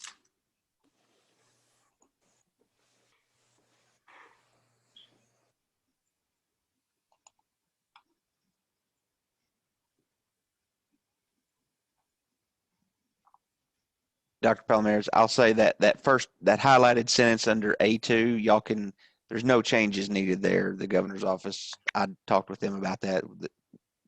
There wasn't anything that they were needing us to take a look at there. I just failed to remove that highlighting before it went out to y'all. Okay, so what we're really looking at is lower on the page, number 7. It's a remove and replace. So removing the previous sentence, methods of supervision may include synchronous, remote, or electronic means. Removing that one and replacing it with No more than 50% of the supervision may take place through remote or electronic means. Licensees may exceed 50% remote or electronic supervision if supervision is provided through synchronous audiovisual means. Is there a motion to remove and replace the language on this? I'll make the motion to remove and replace the language on this. All right, we have a motion. Is there a second? I'll second. All right, we have a second. So the motion is to adopt the new changes and remove the language and then forward this to the council for review and subsequent submission to the Texas Register. Are there any, is there any discussion?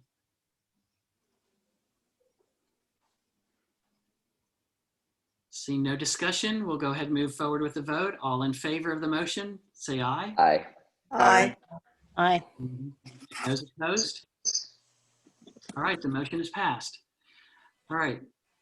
Thank you, Dr. Fletcher. We'll go back to number 9 that I skipped. Number 9 is on page, number 465.1 definitions. It's found on page 125, but it's also your email. So I'd refer you to the email for number 465.1 definitions. On page 2 of that, you have the definition of professional standards. It's been noted that it's unclear and doesn't seem necessary, so the suggestion is to remove it. This is one of those rules where the governor's office, when they look at it, they're like, look, that's neither proscriptive or prescriptive, and it's just descriptive. So we're not supposed to make rules that are just descriptive, really. All right, so do I have a motion to remove number 12, the definition of professional standards? I so move. Second. And we have move in a second. So the motion is to remove the number 12 definition of professional standards, to adopt that, and then move this forward to the council for review and subsequent submission to the Texas Register. Is there any discussion? Seeing no discussion, we'll go ahead and move forward with the vote. All in favor, say aye. Aye. Aye. Aye. Aye. And those opposed? With none opposed, the motion passes. All right, we're now moving to number 12. Number 12 is 465.13, personal problems, conflicts, and dual relationships. It's on page 134 of the agenda book, but you have an updated version from the email for 465.13. This changes the word from refraining to shall to clarify intent, as well as add new language in B2 regarding dual relationships, stating that a licensee cannot withdraw from a professional relationship in order to enter into personal, financial, or other relationship with the patient or client. So at this point, do we have a motion to make the changes? That move. All right, Dr. Branneman has made the motion. Is there a second? I'll second. Second. All right, Dr. Fletcher made the second by a hair. We'll go forward. Is there any discussion on this item? Again, seeing no discussion, we'll go ahead and move forward with the vote. All in favor of making the changes to adopt the changes and move this forward to the council for review and subsequent submission to the Texas Register, signify by saying aye. Aye. Aye. Aye. Aye. And those opposed, say nay. Hearing none, the motion is passed. All right. Our next one is item number 15, 465.38, Psychological Services for Schools. This one is also found in an email, separate document in the email there. On page 2, you have part B, proposes spelling out professional PLPs, LPAs, postdoc fellows, rather than requiring them, the readers to go back and look up to see who it applies to. And then the second one is, again, on page 2, number C, it corrects the references from 463.10 and 12 to 463.8 and 10. Also move. All right, we have a motion to make those changes. Is there a second?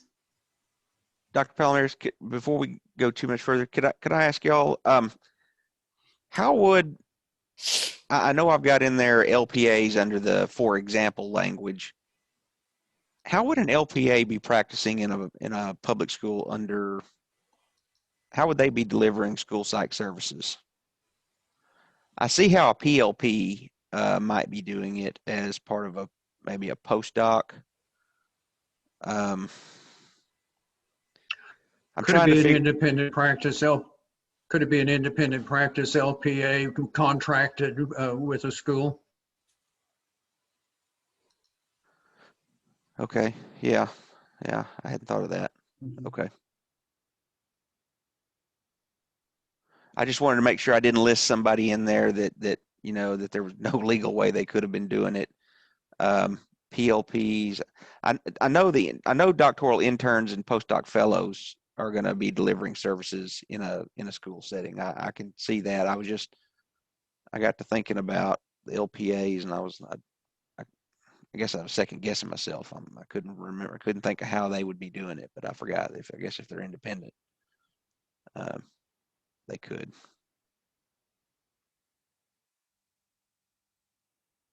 And I would think in rural areas, that's probably happening. Would that be true? Because of the shortage of LSSPs. But I don't know. At the ISC panel, I want to say a year ago, we did a case where there was somebody down here in the valley. I'm going to try to be discreet as I can, and she was a PLP and postdoc and all that, and she was working as an LSSP doing same work I was doing. And I believe we decided to go ahead and give her the LSSP license so that she wouldn't be doing anything wrong.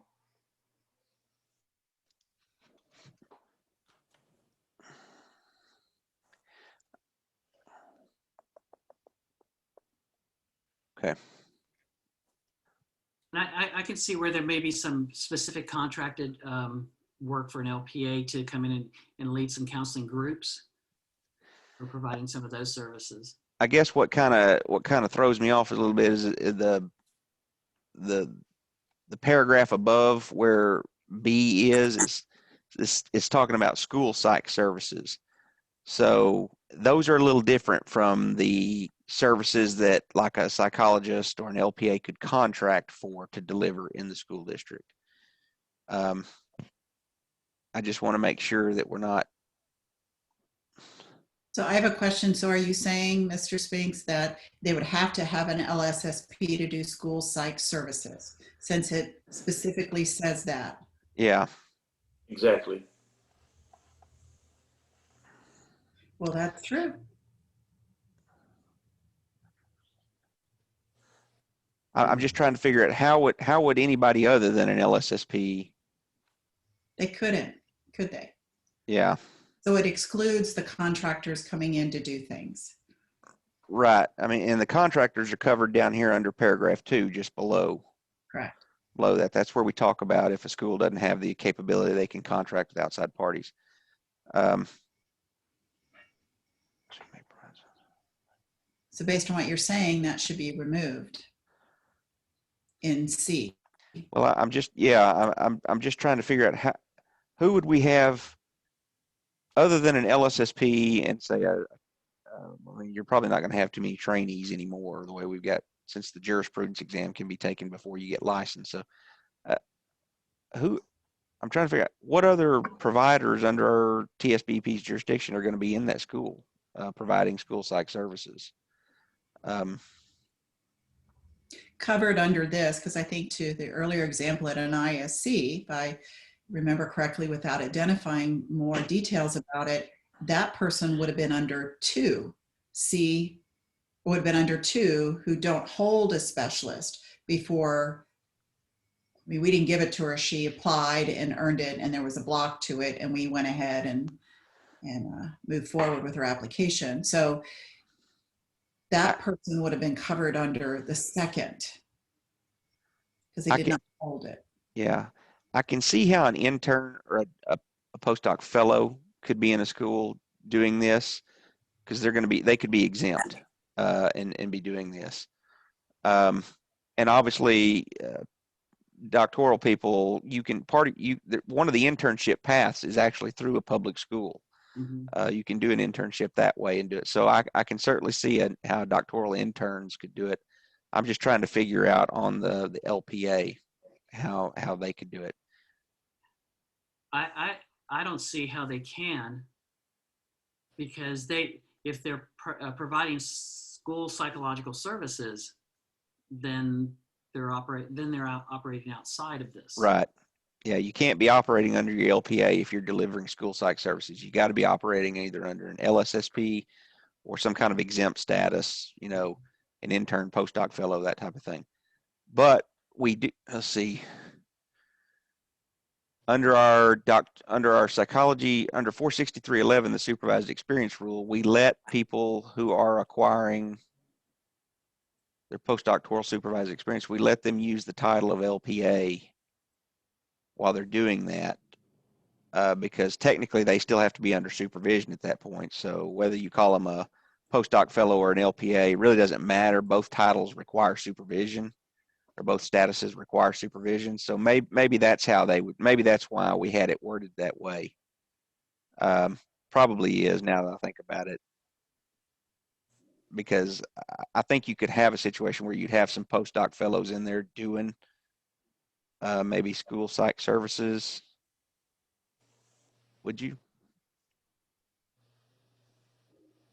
Ron, can you think of a way where if you're doing a postdoctoral fellowship, you would be delivering school psych services in a school? No,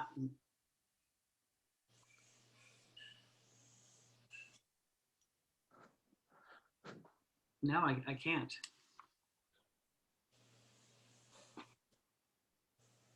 I think part of the confusion is the term school psych services, where we refer to the person who contracts can't do the full range of what's defined as school psych services. Mm-hmm. But certainly an LPA could contract to do other things. Right. Just not the full range. Right. So should one B just say doctoral interns? And specialist? And specialist, what do you mean? Specialist, the LSSP, or this. Well, that's under A, right above it. We've got individuals who are interns for a specialist or a master's program in school psychology. Oh, gotcha. Okay. I think we list those individuals under 463.9, if I'm remembering right.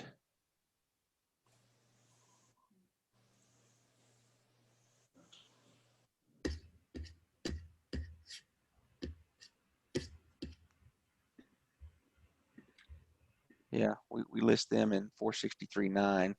People involved in an internship, practicum, or other site-based training. So they would be covered under there. So that would cover your doctoral interns as well. Well, the problem is it's under the LSSP licensing rules. So your doctoral people aren't going to be able to benefit from that. I don't think. That's probably why we had it separated out, and we listed, because 463.11 refers to the doctoral supervised experience rule. 463.11 is.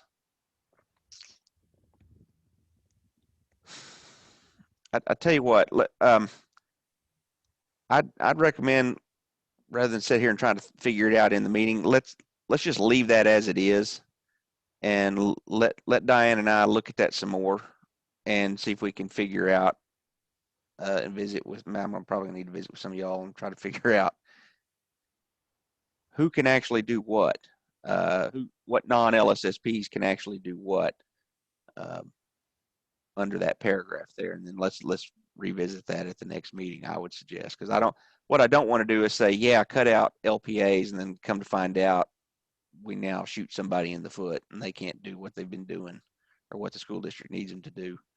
So I don't want to make a rash jump there. That'd be my I'm advice. supportive of that, of taking some time and looking it over further. Yeah, I apologize. I should have done that beforehand, but that's my fault. Well, I'm glad you caught it though, and raised the question with us. All right, so we won't take any action on number 16, on number 15, the psychological services for schools. And so moving forward to number 16, 16 is 463.40, licensing of a person with criminal convictions. It's on page 145 of your agenda book. And this is a pretty straightforward repeal and replace action with new language that's being suggested that better clarifies the specifics. So I'll let you take a look. It's on page 145. This is a rule that we are trying to standardize across the board amongst all the boards, the criminal history rule. It's something we worked extensively with the governor's office with to get it pared down to where basically all the lawyers looking at it going, yes, it's not in violation of chapter 55 of the occupation or 53 of the occupations code. I will tell y'all the one issue, we're fine with going ahead and adopting it today if y'all want to, but the one issue where I'm going back and forth with the governor's office on is the A3, the felony offense, wherein the judgment reflects an affirmative finding regarding the use or exhibition of a deadly weapon. We may have to come back and revisit that. I don't know. I've in some discussions with the general counsel, some folks in the general counsel's office over there at the governor's office on that. So, but right now we're fine with they're fine with us going ahead and proposing it and adopting it as it is right now. But just a heads up, we may have to revisit that particular issue or provision.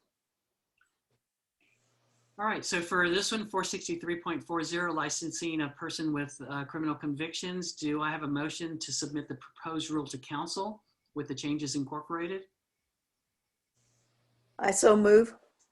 All right, do we have a second? I'll second. And we have a second. All right, is there any discussion? All right, with no discussion, we'll move forward to the vote. All in favor of the motion to submit the proposed rule to council with changes incorporated, say aye. Aye. Aye. Aye. And those that are opposed, say nay. Hearing none, the motion is passed, and we are done with this portion. All right, I see our time is 11:55, and our next item on the agenda is our discussion on both 463.30 and 463.31 related to the Eppb Part 2. What I'd like to suggest is that we take a short break before we move into that, allow you to, there's a lot of information that you have, both public comments and everything. If we could take a short break, allow you to pull that together, and then we'll sit down and start that. And what I would note is, as I mentioned earlier, I had a conflict that I was able to be here for part of the meeting, but I won't be able to be here for all of it, so I won't be returning at that point in time. All right, thank you Just for to give you a heads up on that. Thank you. Dr. Brandman, and for being present with us. All right, do I have a, so I'd like to take a break. I've got 11:56, shall we do 20 minutes? Does that provide enough people time to step back, pull things together, and then come back? Can we have 20 Sounds- minutes, please, Dr. Palomars? A second. We have a motion to take a break for 20 minutes. 5 minutes, Dr. Palomars, please. All right, so I have 11:57 right now. We will start at 12:17. And the meeting is, what is the meeting at the moment? It's not Stand at adjourned. ease. Or stand at ease. We'll stand at ease until, and we'll start back up at 12:17. All right, thank you, everyone.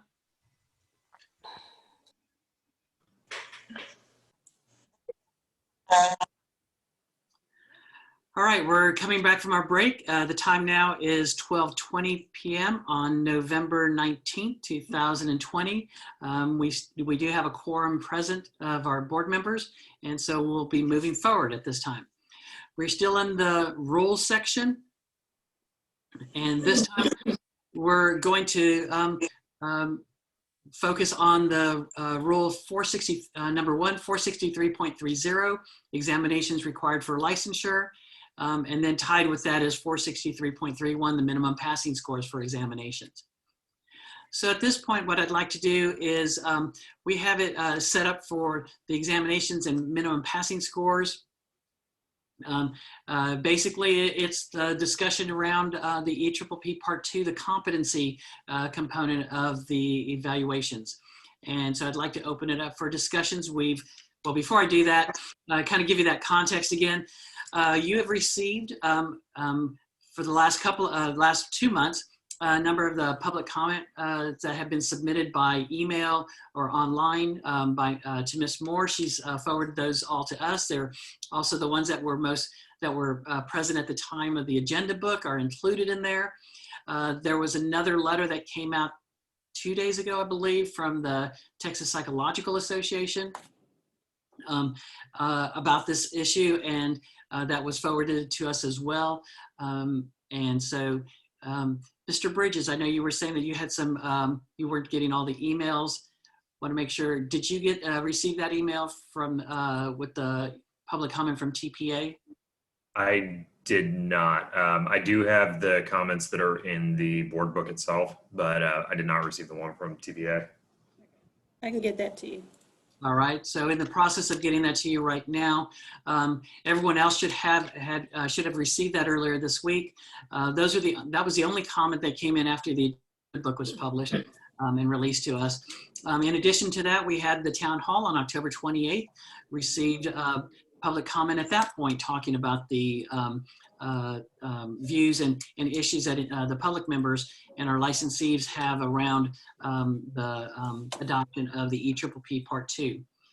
So with that context, what I'd like to do is open it up for discussion on whether or not we continue to discuss and move forward with this. Do we actually, we can either take move the motion forward to have a motion to adopt it today, or we can wait and move it to a further meeting. Again, it's kind of, do we kick the can down the road? When do we start to deal with it? I want to put that out there that we can comment on it. I mean, we can make a decision today, but at the same time, I know a lot of the comments have been talking about the psychometric properties and the actual qualities of the test itself. Originally it had been planned to be rolled out and go live, I believe, last January. And then in February, with the pandemic, it was actually put on hold. And it has just, as I understand it, was just went live this month, November, for those jurisdictions that had already passed the requirement for the Eppb Part 2. And so it is out there, it's being taken at this moment. But again, with it out there right now, there's not much data, there's not much information that we can ask for or take a look at it, what this actual test is producing with actual applicants taking the test. So I want y'all to keep that in mind. We can go ahead and move forward with the motion today to actually adopt it, or we can wait and gather more information as y'all seem fit. I know it feels like we keep dragging this on, and there's a part of me is like, well, I think we have a lot of information, but at the same time, there's a part of me is, you know, listening to the public and hearing the information that we have, do we actually have enough information to make an informed vote and decision on it? I want to kind of give that context as we move forward. And so at this point, I'd like to open it up for discussions. I have to say that the comments have really pushed me toward wanting to be more cautious about adopting. That certainly I have had some doubts before, but it seems as though there are lots of people who have some serious doubts about it. And I think kicking the can down the road is probably going to be what my option would be, because I'm not ready to adopt it yet. I wholeheartedly agree with Dr. Mock. Initially I said, well, you know, maybe some people do squeak by and they don't get that hands-on actual knowing how to practice versus doing the textbook thing. So I was sort of in favor of it, but then after that town hall, and I just try to read between the lines, I'm saying that the comments regarding that the schools, the training institutions ought to be responsible for graduating quality people, and I think people that are competent. So giving them a test after you've already given them tests for graduating and for doing their paperwork and their thesis and all, etc. I think I'm probably going to say that I would be more against it. If it was a vote today, I'd vote down, meaning no pass.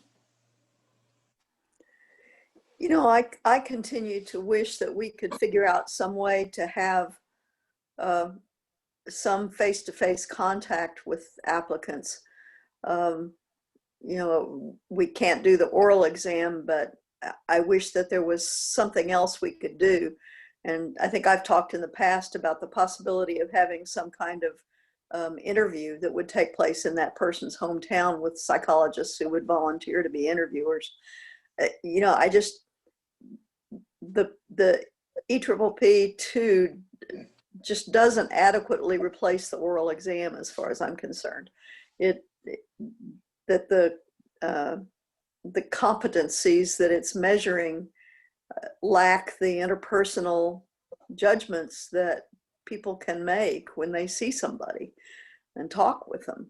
So, you know, I mean, I don't know whether it makes any sense, and obviously I'm not going to be around to make this final decision, but I really would like it if we could think about alternatives that don't involve just another test like the Eppp. Dr. Mock, you were one of the ones that actually took the thing. Is that correct? That's right. Well, why don't you just give us a lowdown? Do you feel like your competency was challenged there, and you had to really think about the quality of the questions and the quality of your answers? Well, I think one of the things that I said after I took it was that it felt to me very much like the Eppp 1. There were some things about it that were very different in terms of looking at clinical situations and making judgments.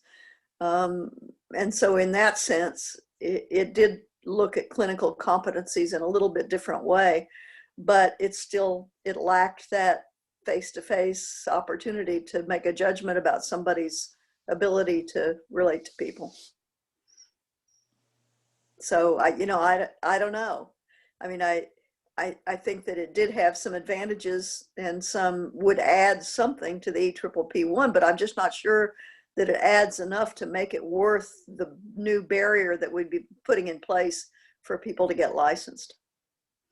By the way, I'm one of those people that some of those comments would say would exclude, and pardon me for saying I'm qualified or something, patting myself on the back, but I made a 70. Okay, so you all well know that I was right there on that borderline. I sometimes joke, you know, I probably made a 69, but they said, you know, go ahead and give it to him, you know. And so, and I believe I've been ethical and qualified and all the good stuff that makes a good clinician. And I would have been excluded by 1 point or something. So I probably wouldn't pass a Eppp even after 40 years of working. The Eppp 2, I said. I have a question that might open a can of worms, which, you know, that's kind of what I do. With the pandemic and everything going virtual, have there been any other states that have had oral exams or some kind of interview process that has had to move to an online forum to be able to accomplish what's already in their rules and found some success we can learn from? Not because I'm saying let's do orals virtually. The limitation, and as someone who participated in orals, was we didn't get enough people to volunteer to be oral examiners. Even though everybody thought it was such a great idea, we struggled with that. So I'm just wondering, have we learned anything from the blood of others who have had to adapt in the pandemic?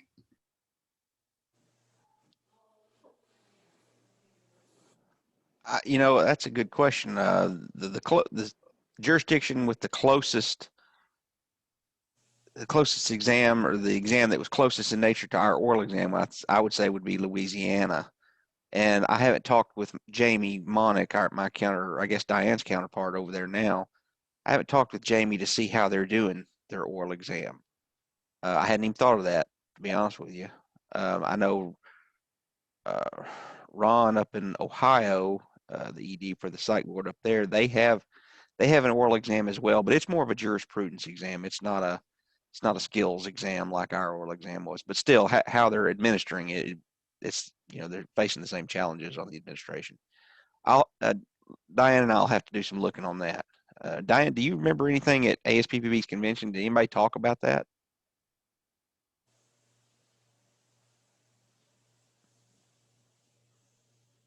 Oop, you're muted, Diane.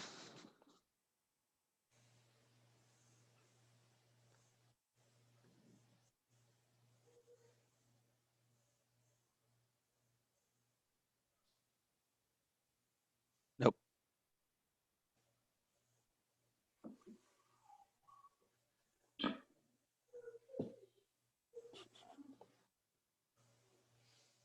Still no go.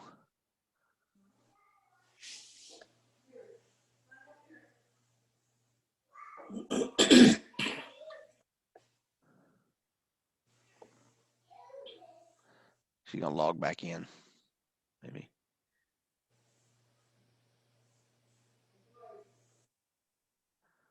Ron, were you at ASPB's annual meeting? I can't recall now. I was. I attended it all, and I did not hear anything about that. That was, I guess, it didn't go in that direction, asking others what they're currently doing. And I know who you're talking from, Louisiana. I had not heard anything from them. Yeah. Okay. Short answer is, Dr. Fletcher, I don't know. We'll have to do some digging on that and see. Okay, because so many systems and organizations have had to adapt and found it's been successful in many areas, like the court system. I testified from Colorado in San Antonio last week. And so, and you know, there's discussion that after all this is behind us, that some of the systems stay in place because they're more efficient in the system and financially. So I'm just wondering if we can. We can hear you, Roger. I think it's working now. Yeah, Diane, you're working now. Okay, cool. Thanks.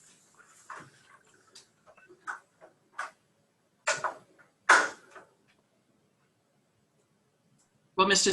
Zaguris, I would like to address one of the issues that you raised. I think when we look at training programs, putting the onus on training programs to make sure that everyone has all these competencies, I think there's an appropriate component to that. But at the same time, training programs, oftentimes with their internship at the internship level, or even at the postdoc, or those that are outside of training programs and their postdoc level, those experiences are a wide range. And I know a lot of the public comments talked about individuals who are in a APA accredited internship program and all the requirements and everything. And so they're demonstrating these competencies. And I think that's not the question. I think when we're looking at it is we're looking at everyone who's applying for licensure. And a training program oftentimes relies solely on the input from the individual supervisor in their clinical settings, in their practicum settings, in their at their internship site. Not that the expectations are that the faculty from the program will make contact with supervisors, clinical supervisors out in the field. The expectation is that they do. It's not always the case. But the actual competencies that are being demonstrated, it really is on a one-to-one basis. It's between the student and the supervisor. Universities oftentimes are not measuring those type of competencies out in the field in practice that you're seeing. Now, there are experiences, there are things that are being done, but again, it's program to program, faculty to faculty, individual to individual. And I would feel comfortable saying, okay, if we have individuals who are all graduating from APA accredited programs and have gone to an APA accredited internship or APIC internship, where there are real straightforward, stringent standards across the board for all of them, I would be less inclined to look at this, but that's not how our licensing works. We open it up to anyone with a degree that can show that they've had those experiences. And so we do have applicants who are coming from those non-standardized internship training programs or internships at all. They're coming from different internships that may not demonstrate that. Some do, a lot of them do, but again, not saying that it's there. I think to ensure that we're getting a lot of applicants who are coming from apples and oranges types of experiences, rather than saying they all have the exact same thing. Yes, they did an internship, but those internships can look so different in so many different environments and organizations, and how they're constituted. So for me, that's one piece to having this standardized measure, to really say, do they have these minimum competencies, Doc? Can they demonstrate these minimum skills? I think if we go back and look at our oral exam, the vast majority of individuals passed the oral exam. And then those that didn't pass, there was a large majority that on a second time would pass it, or even a third time that would pass it. So I don't think it was a restrictive that it's a pass-fail, and if you fail once, you're out. There's that opportunity to learn, to grow, to experience, to show or learn those areas that struggled. So I think there's that piece. When I hear the comments about the cost, for me, part of that is there is going to be a cost to do these type of evaluations or assessments or being able to measure these things. But at the same time, 4 years ago and before that, we were paying $400 to take the oral exam. So there was that cost that is not there at the moment. And for many of us, or many individuals, I know for myself, it cost a lot more than that to take the exam, because I had to go so I chose to go to Austin the night before, spend the night in a hotel, and then take the oral exam the next day. And so, yes, that cost is there. And yes, it's hard to manage that. But I think we're looking at, this would be less than a lot of the costs that people had in the past for the oral exam. Not to say that cost isn't something we should consider or not consider. I think it's an important component, and it does create barriers. But at the same time, knowing that these costs are part of the licensing process, planning for that, working on that, I think is an important aspect to it. I think the biggest concern that I have at this moment is really, is the ECCP2 really measuring what it's purporting to measure? Is it looking at base competencies? And then second is it discriminatory towards individuals from diverse backgrounds, populations, cultures? And at this time, without having any information, because it's just gone live, I'm not supportive of making a decision at this point. I think, but I still believe we as a board, to ensure that those that we're licensing in Texas for independent practice can demonstrate competencies, I still believe we need some type of measure, whether it's that, or if we choose to move in a new direction and find a way to do a face-to-face or some type of oral exam. I think we need something, because when individuals don't have those competencies, people get hurt. And that's my concern. You know, my experience as a supervisor for 38 years in an internship setting led me to understand that, you know, not all students coming from graduate programs were competent, and that in fact there was often a motivation for the programs to place their students, so that the letters of recommendation were worthless and didn't describe the problems that we then had with the students who came from those programs. So, and internships vary as well. So I certainly agree with Ron that we need something, because I don't believe that the graduate schools or the internships are doing an adequate job of measuring competency and honestly presenting the standards of competency that their students are meeting or not meeting. Regarding the competency, I don't know that graduating from an institution automatically gives competency. I think competency is when you go out and you start working, either under your internship and your postdoc and all that, and you're getting that one-to-one, and therefore there's an opportunity there to start working and getting the skills that are necessary. When I graduated, I didn't really know what the heck I was supposed to do with that little box over there sitting in the corner. It was a learning experience, even though I felt already saturated with all the coursework and all the discussions after hours with professors, etc., fellow students. So the learning process, how you become a clinician, if we're talking that, competency for a clinician is way beyond graduating. And the Etriple-P would be at the same, I mean, I don't know that would ensure that a person was competent. But we do need something, Dr. Mark, I agree. And so I believe that was your point too, Dr. Palomares, is that we need something. We work, like if you look at our population right now, because of the COVID, you brought in Dr. Fletcher. What are we doing? My God, we better be doing something, because if you look at the statistics of suicide and the guy that didn't used to beat his children, now he may do it again or something. And it's a sad situation. We need more people, and we need to be careful also who we put out there for these difficult cases. And I would agree with you, but I think basic competencies versus effectiveness. And I would agree. I'm not sure how effective I was the day that I had my license was out in practice, and that effectiveness has developed over time.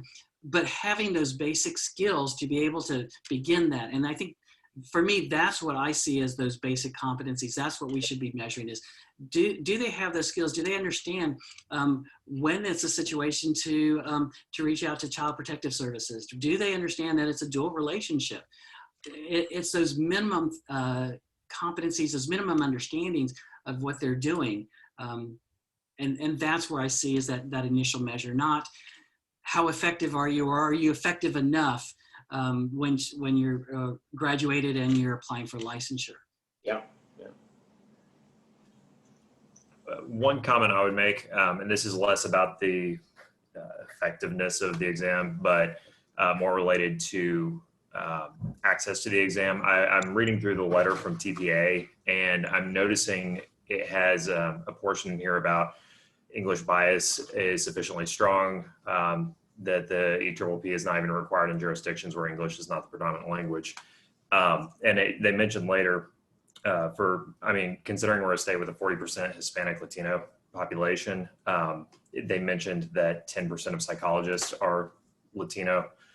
And the thought I'm having is trying to balance protecting the public from undereducated, under-licensed psychologists versus having that kind of barrier to entry, but also running the risk of having a barrier to care for a population that's historically underserved and that is, quite frankly, growing in the state of Texas. I'm not sure if someone else can speak to that, maybe Mr. Spinks or Ms. Moore, regarding the English bias portion that TPA mentioned, but I think that's a very real issue in the application of the exam if we're creating a barrier like that. I would like to first address a part of that. They're talking about the Eppp Part 1, and our focus, and the focus of this piece is looking at the Eppp Part 2, and those are two different exams. I think there are a number of concerns around the Eppp Part 1, and especially around Spanish language takers that are being addressed there and so on. But I'm not ready to say, well, then that's automatically a problem with the Eppp Part 2, because the two have been developed separately. Same organization has kind of led it, but the way the Eppp, when the Eppp was first created and how it's developed over several decades now versus what the Eppp 2 is doing, and it's new and recent development, I'm not ready to say, well, then if there's problems with the Eppp Part 1, there must be those same problems with Part 2. And I think that's part of the psychometrics that I'm waiting to see and hear about as it's being administered more, rather than saying, well, because the Part 1 has English language issues, then the Part 2 must have it as well. And so I think, not to discount it, I think we have to look at that piece to it and make sure that the Part 2 doesn't have that, but I'm not ready to, I don't make the assumption that it does have it because the Part 1 has it. Well, and to clarify, that was, I think the question I was getting at was, because they mentioned Part 1 has it, I think that was more the basis of my question was, is this a risk we're running with Part 2? I think it's a risk with any test that's being developed, but I also believe, and I have expectations that they're ethically and professionally are looking at that more so today than they ever did when tests were being developed 10 years ago, 20 years ago, and 30 years ago. And I think it's much more relevant today, and I would hope and expect and would like to see data that demonstrates that it's not the case today, or as minimized as possible. So are we saying we just don't know yet? I mean, isn't that part of it? We need more data. And I appreciate the letter TPA put together, as well as some of the other public comments, because they're asking questions that can't be answered yet. And I think the questions are good.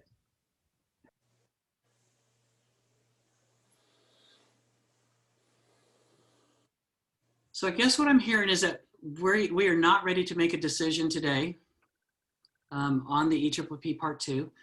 That we really want to have some more data, some more information about it, with it now being actually being released, and individuals actually, it's a live edition out there with people taking it, with data that can then be collected in the near future that we can take a look at.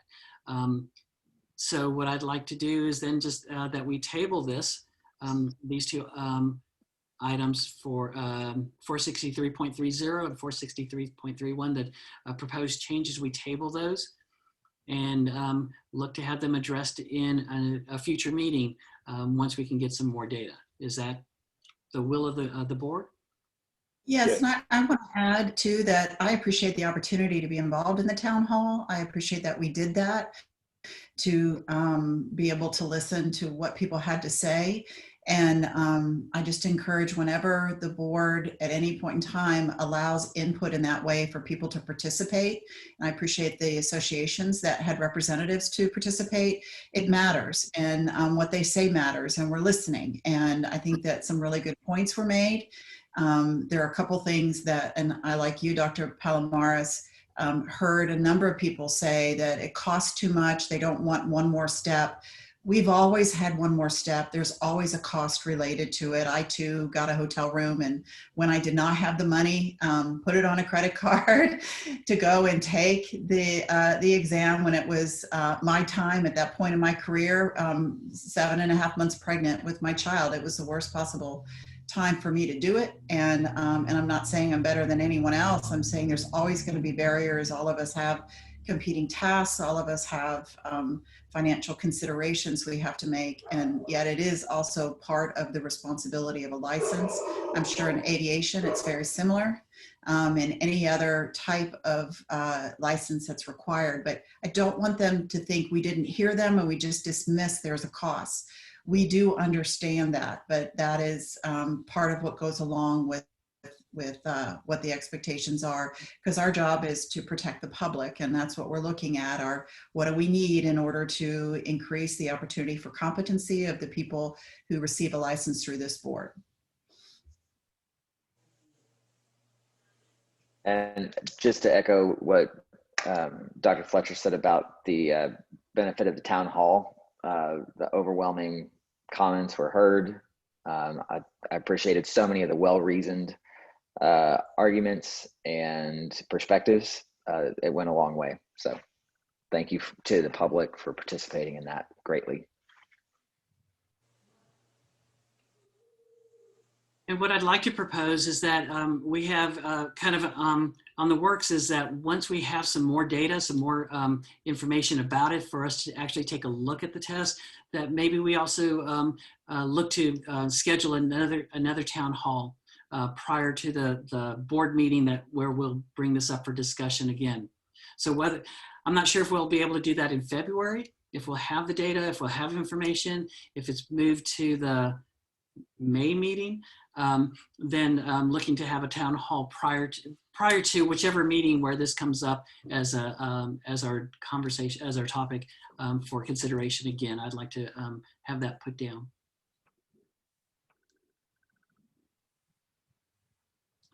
All right, any more discussion on the rules section, items number 1 and 2? All right, with that, we have rule section part B, rules published in the Texas Register and awaiting adoption recommendations. At this time, there's no rule proposals awaiting review or consideration at this time, so we will just move forward from that. Dr. Pellemers, if I could back up for just a second on the EPPP rules. We probably need a motion and a vote on that, because previously the board had voted to move forward with recommending the EPPP Part 2. So we need now a formal vote to say table the issue until we have more data. I would make a motion that we table the issue until we have more data. I second that motion. All right, we have we have a motion. It's been put forward and seconded. Is there any discussion? Seeing no discussion, all in favor say aye. Aye. Aye. Aye. And those opposed? It's passed unanimous, and so the motion has now been passed for it to be tabled. Thank you. All right, moving into part B, the rules. Rules published in the Texas Register waiting for adoption and recommendation. There are none at this time. So now I'd like to move into section 8, enforcement matters and report from the general counsel. So I'm going to turn it over to enforcement staff. Mr. Fernandez, if you'd like to start us off with this. Thank you, sir.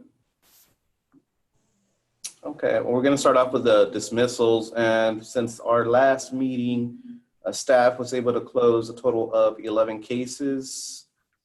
And wondering if the board has any questions on those cases.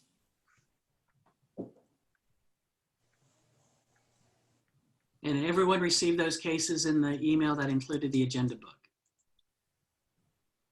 Okay. Okay, next is the quarterly reports, the status updates, and I'll turn that over to Ms. Moore. Sure. In the meeting book, it'll be on 147. That's where it starts, the quarterly reports. So for fourth quarter for fiscal year 2020, number of pending complaints was 78. Number of complaints received, 39. 0 pending imminent harm cases. 4 pending cases alleging sexual violations. 0 pending applicant cases. Cases resolved, 46. And then cases dismissed by staff, 42. Cases dismissed by the board, 4. Cases reviewed at the ISC this quarter were 6. And pending cases for 2018, there's now 0 cases for that year. There's 19 for 2019 pending cases, and for 2020, 59. And the total should be 78. It's listed as 77, but it's 78. So then going down to our annual totals, there were 141 cases open. Closed cases, 144. 24 of those were disciplinary actions. 5 for administrative penalty, 3 reprimand, 7 suspend and probate, 1 revoke, 6 eligibility letters, 1 resignation, and 1 restrictive practice. And out of that, cases closed, 150 were dismissed. The substantive dismissed was 137, 13 cases of cease and desist. And out of the 24 cases that went to ISC, 14 were general administrative, 4 general therapy, and 6 for sexual misconduct. Alfonso, do you know what's going on that cease and desist? Why those are we seeing a trend, particular type of problem that's popping up on the cease and desist? It's mostly just advertising on social media for services. Okay. By non-licensees? Right. Okay. And Mr. Fernandez, on those general administrative, the 14 that went to ISC, do you have, is there a trend? Is there anything specific in any groupings of issues that have come up from there? No, I don't, not seeing a trend. They vary based on billing, record requests, that sort of type of issues, but I'm not seeing one common trend. Okay, and not going back and looking at previous, not knowing previous data, is that a higher number than normal, or is this, do you see a trend going in this direction?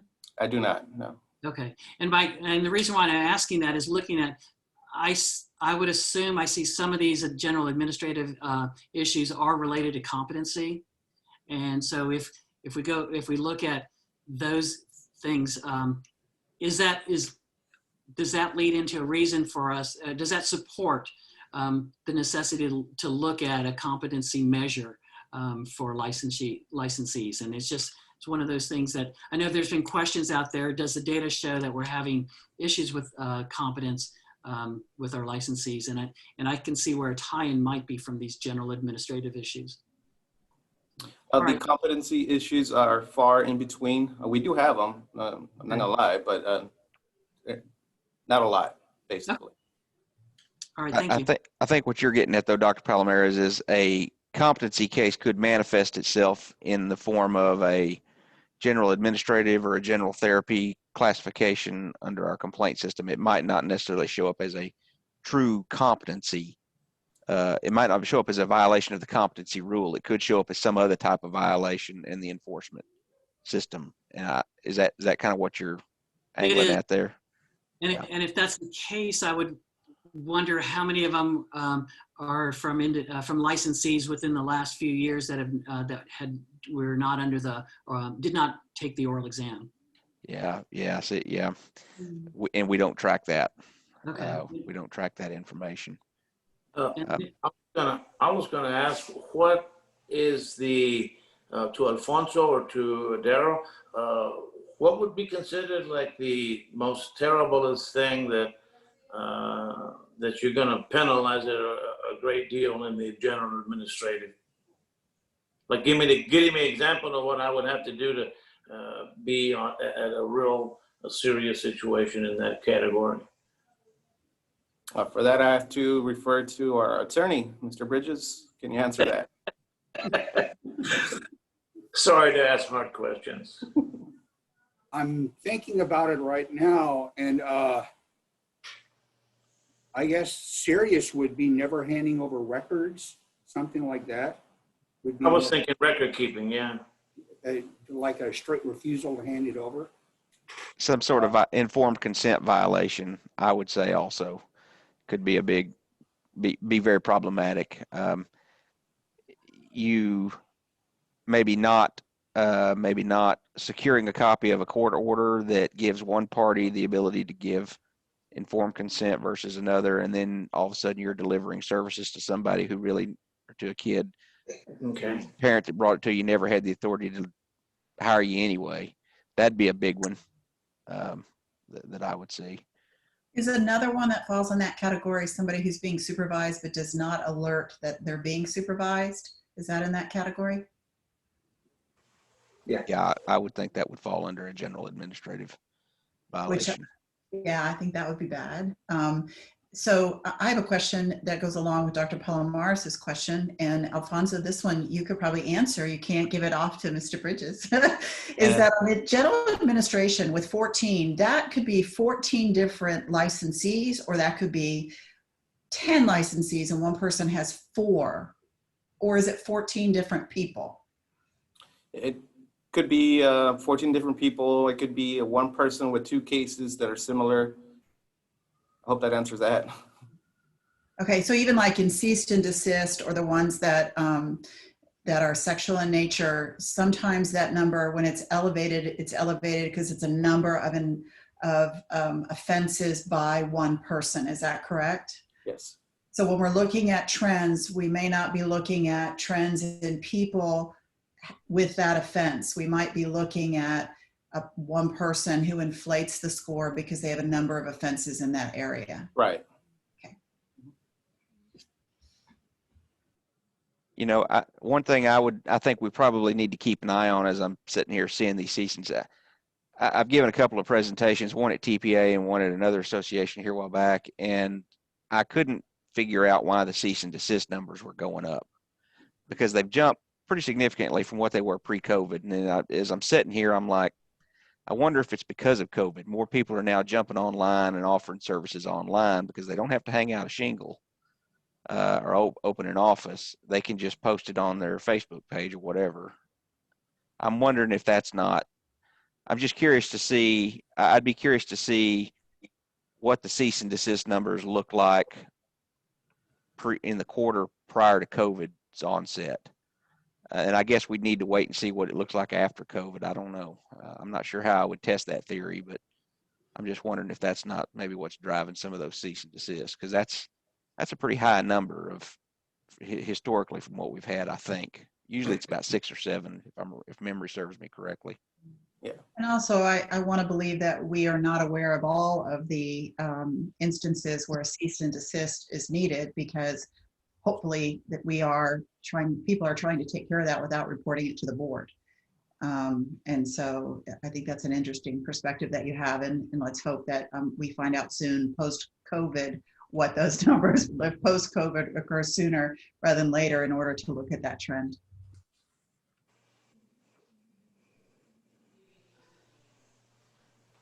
Okay.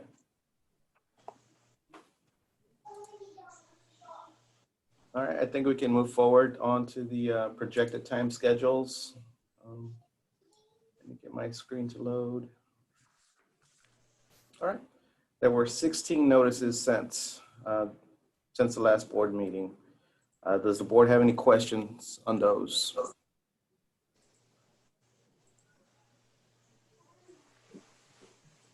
No? All right, thank you. And I think we're going to move on to ISCs, and I believe Dr. Palomares wanted to tackle that issue. Sure, I wanted to tackle this issue. So talking about the ISCs, the question has been brought to us by, or the option has been brought to us by staff about moving our ISCs to an ongoing process, or having those conferences in a rolling process during each quarter, rather than waiting to the last day or 2 days before each meeting to hold them all at one time. So the suggestion is changing the schedule of the hearings to an as-needed scheduling. Those individuals then that are on the ISC panel for that quarter would be the first to be contacted to look for availability to hold a ISC hearing as they come up as needed. The staff has been supportive of this idea, and so I would like to turn it back to Mr. Fernandez and Mr. Bridges to ask for your views and your input on this before we move forward.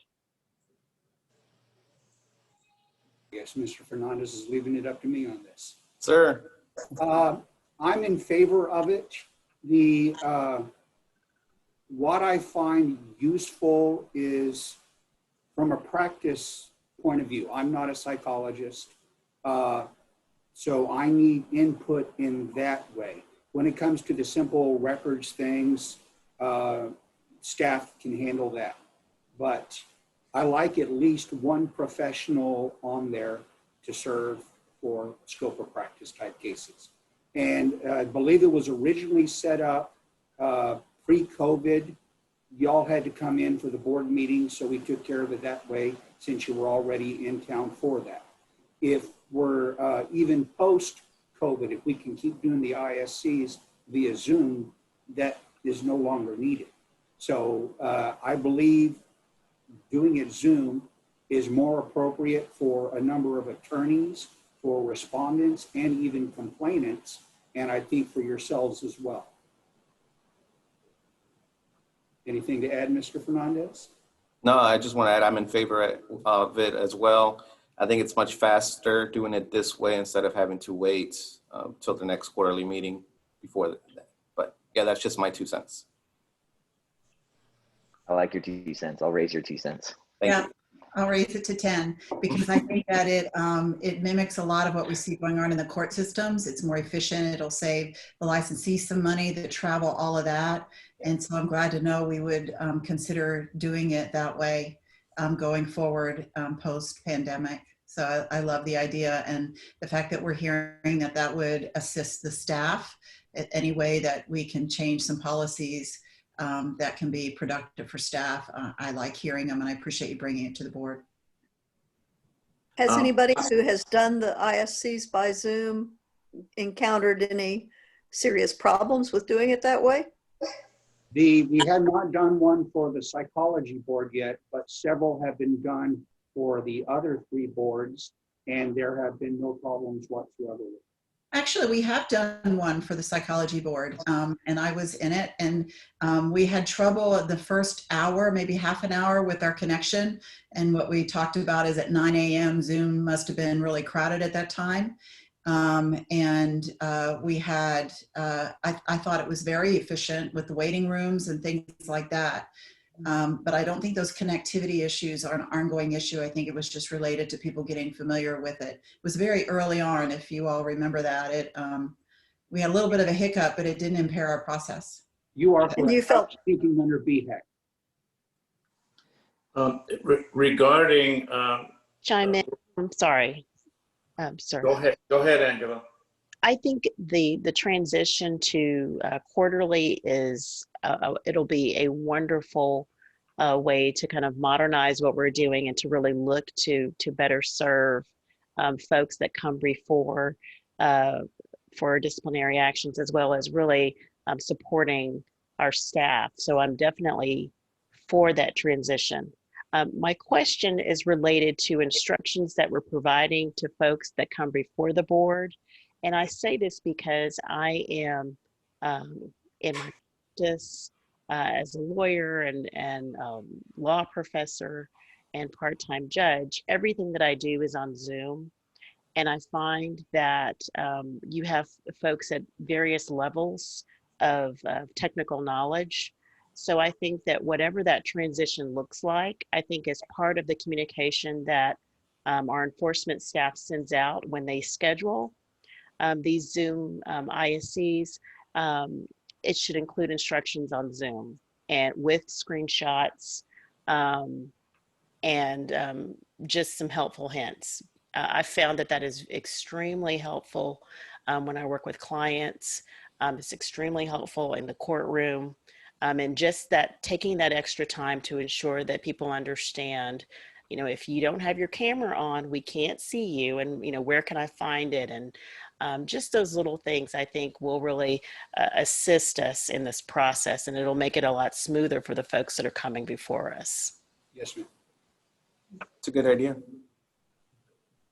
I had reservations when I first thought about this because I thought, having worked as a staff member before with another organization and setting up meetings, it's nice to have it like done all at one time and gather all the materials at one point and everything.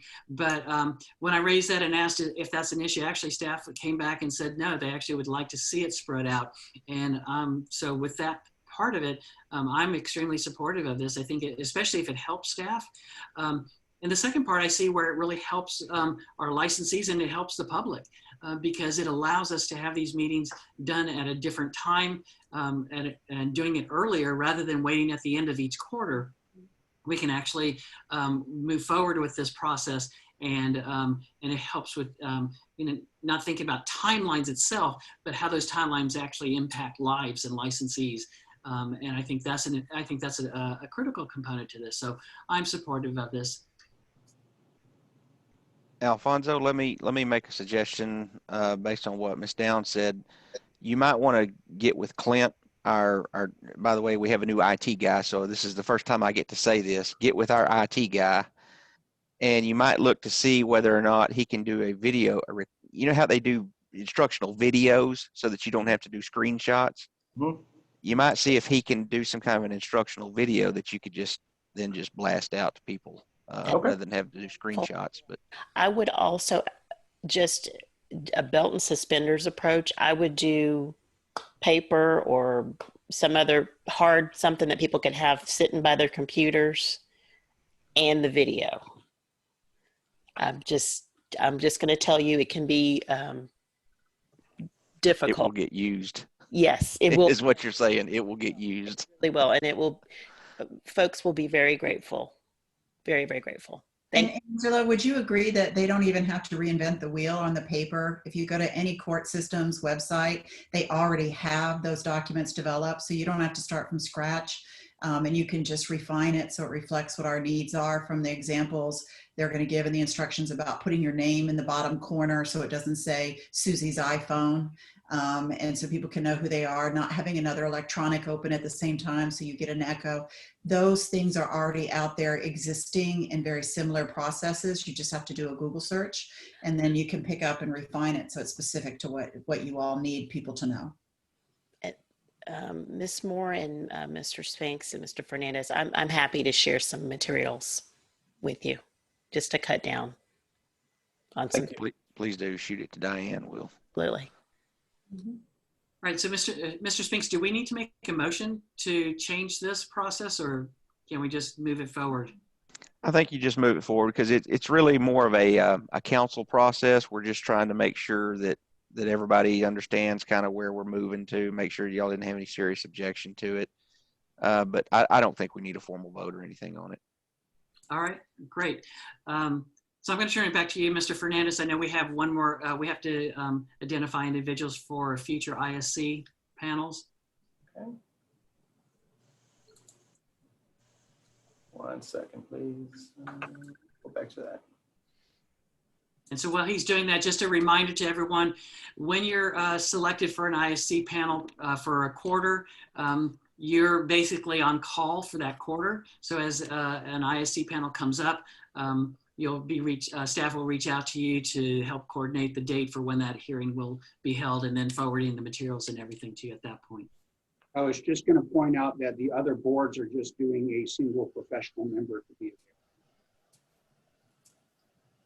Yeah, you know, I had thought about that. The one distinction with this board is we've got 3 different types of licensees that this board does. Yeah. And the reason we had 3 members in the past is because you never knew what you were going to get in the ISC pool. You might have an LSSP case, or it might be all psychologists, or it might be a mix of LPAs, LS, what have you. I'm just what I wouldn't want to see is us doing an ISC panel where we're dealing with a school psychology issue and we don't have an LSSP on the panel, or vice versa. It's a psychology, a forensic evaluation, and all we've got is an LSSP on the panel. I don't want to get in that kind of a scenario because then that doesn't serve as that's not as useful to staff in that sense. For what it's worth, I don't know. Well, I was just going to add, we have a public member is so valuable in Yeah. this process. Yeah, and that's, yeah, I would say keep at least one public member in your IC panels, just for the objectivity that individual brings. So I was going to say, for what it's worth, in the past, the way that we've done it in the ISCs I've sat on, where it's one public, one or the two professionals, I feel like everybody's input has been invaluable, because invariably we will end up with multiple different cases with different types of licenses, and I found that valuable in the past personally. I would totally agree with that. And then in terms of professionals, the professional members and being able to lean on them and their expertise on, hey, tell me about how that works in that setting or in that situation.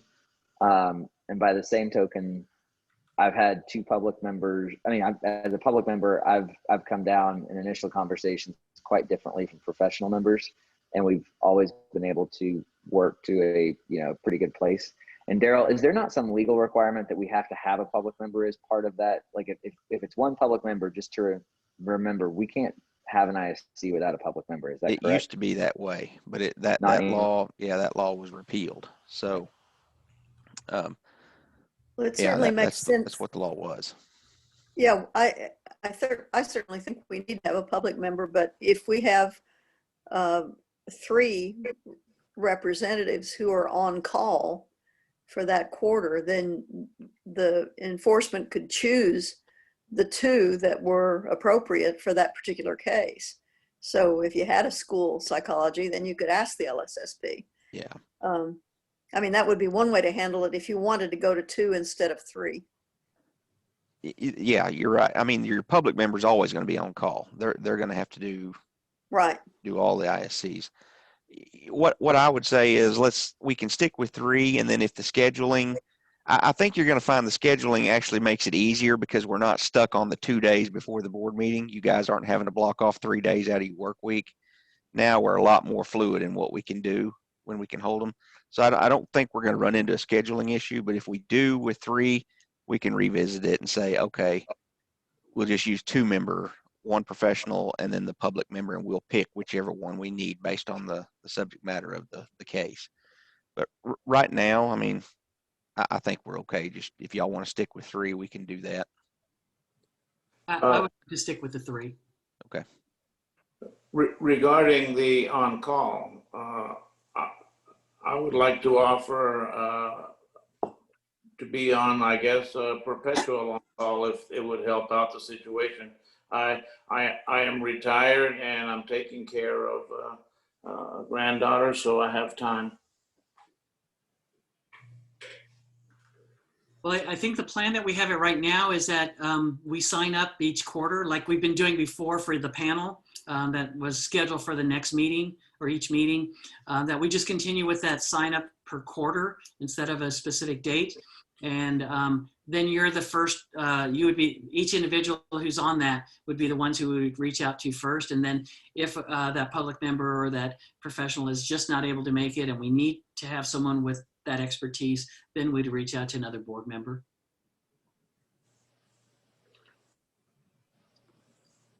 All right, Mr. Fernandez. Okay. Well, I need volunteers for the first quarter of 2021, or for a year from now, basically. Yeah. I'll volunteer on that first quarter. Thank you, Dr. Fletcher.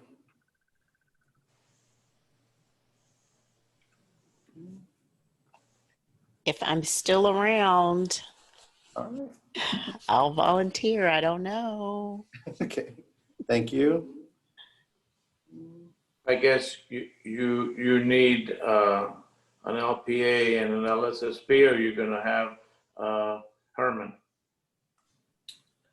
I think last board meeting, it was decided for you and Herman to take turns.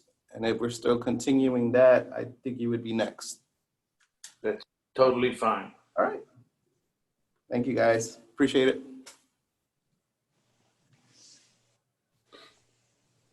All right. Continuing on with the enforcement matters and reports, is there anything else? No, no, that's all I had. I think Mr. Bridges is next with agreed orders. Yes. I have 2 agreed orders that came out of ISC. I don't know how much detail you need on them. I hope you've already been given them. Has everyone received them? Does anyone have any questions?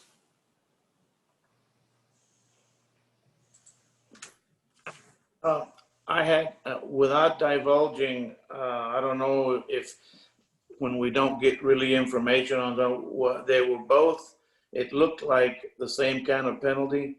And one was like, you know, take a couple of courses and pay $1,500, and the other one had some serious penalties. Do we ever, is it on purpose that we don't have actual information to judge, well, why was this penalty for this and the other penalty was a lot stronger? Is that, do you try to confidentialize the thing? I will say that in one, we had witness participation, and in another, we did not have full witness participation. I see. Okay, there was more going on. Okay. We'll leave it at that. And there are no contested cases before SOA at this point.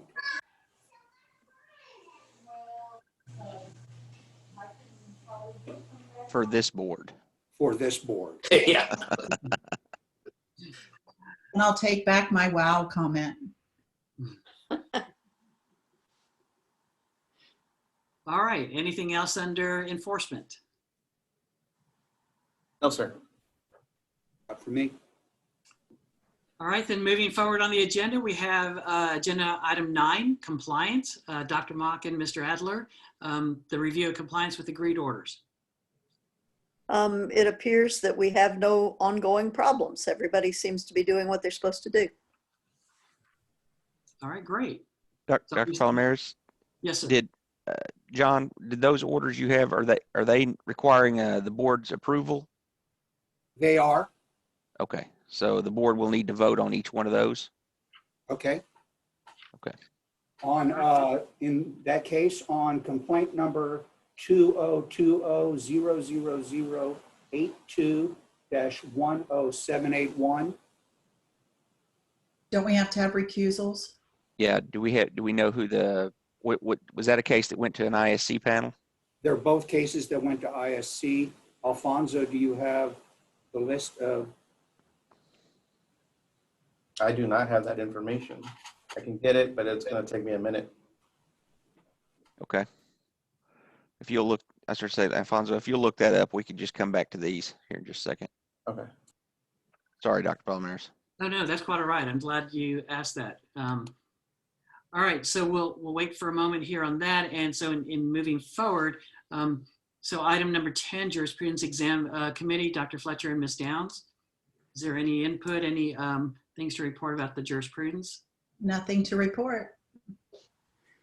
I believe. Right. And we had our board administrator, Ms. Moore, talked about having had reviewed it as well and didn't see any issues on that. All right, application committee, that's myself and Mr. Zaguris. We have no new matters to report. And moving forward to future issues and other requested agenda items. Are there any requests for any future agenda items by board members? I don't have a future agenda item. I have a clarification from something earlier in the meeting. If I may, it'll just take a second. A message came to me during this meeting that at the very beginning, Dr. Palomares, you were talking about Psychologists, and at one point you said that the application would be waived for the telepsychology. And I think what was accurate is the $400 fee will be waived, not the application, till the end of the year. Is that correct? Yes, that is correct. The $400 fee for it is being waived. You're right. That was my understanding too, but I think in an effort to be efficient, it may have been confusing because I had a few people that sent me messages asking me about that. So I just want to make sure that there was the opportunity for clarification. It was the fee, not the application. That's correct. And thank you for raising that and helping to clarify that, because I know I skipped over that pretty fast. Well, I thank the people who have sent a few text messages for alerting us so that we could clarify it. Okay.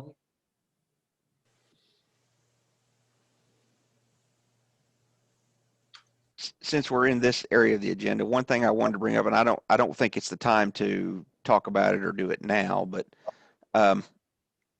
as we kind of all settle into the differing roles now between what the areas that the boards tackle versus what the council tackles. I mean, you've noticed that our agenda, it's a lot lighter than what we have typically tackled in the past. And so, you know, one of the things I think we're going to need to look at, especially now with the ISCs being more on an as needed basis, one of the things we can probably look at some point in the future, y'all may want to visit about, is do we want to have 4 board meetings a year? I'm not suggesting these changes right now. I'm just kind of putting that on your radar, because I know this cuts into all y'all's bottom line, having to take a day off for this. And as we move, you know, as the council tackles more of the I'd call it the administrative stuff of running an agency, that's going to lighten the load on all the boards. So just kind of keep that in mind and see, do you want to keep meeting 4 days? Do we need to? You could reduce it and then just schedule meetings on an as needed basis if you needed to meet, if something popped up and you needed to meet, because we've done that already several times at the council level. We just set meetings and posted notice and gone and met. So anyway, just kind of keep that in mind as we go forward. I've got a question since we've got a free moment. We got that phone call saying that those of us who were moving off the board were being replaced, that they had appointed people, and then now we're still here. Does anybody know what's happening? I don't. Don't know why that notice came out. And then I it didn't happen. I really don't know why. Honestly, I thought we'd have 3 new board members at this meeting today, to be honest with you. Yeah. I was gearing up for getting 3 new people trained. Now, the closer the board meeting got, the less I wanted that to happen, because that means I got to get people trained in a really short amount of time. But I'm not sure what's going on there. I do know that since with the change in the law a couple of sessions back, they've got to replace you by, I think it's the end of this upcoming session, the end of the 87th session. Now, I'll be honest, frankly, I don't think they'll wait that long. I don't think they're going to wait till the end of the 87th to replace you, but they've got to do it by then, because at that point, you're no longer a holdover. You have to stop serving at that point. So I'm not sure what happened. I suspect what it was is with COVID is eating everybody's lunch. It's just sucking up a lot of time, trying to figure out how to deal with it and still run the state, with all the budget woes and everything. And I suspect that the final say in, yes, green light the new psych board, folks, that meeting probably got bumped. This is just me speculating, but I suspect that meeting got bumped.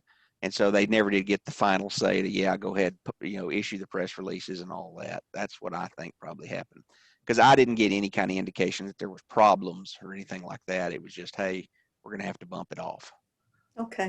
Yep. Well, if you all hear anything before we do, I'd appreciate it if you'd kind of let us know what's going on. Yeah, we'll do it.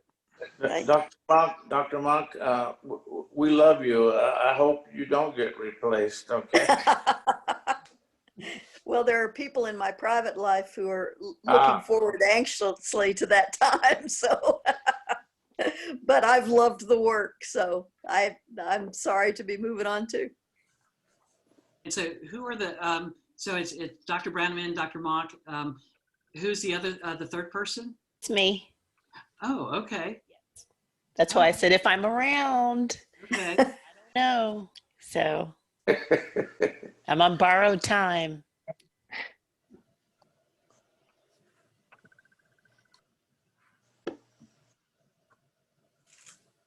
You all ready for me now? Yes. I found the information. I had to dig up the files. But on 2020-00082-10781, the participants were Dr. Palomares, Mr. Adler, and Mr. Bridges. So those three are recused from the vote. So I move to accept. And we, Second. all right, all in favor? Yeah. Aye. Aye. And any opposed? With none opposed, that motion is passed.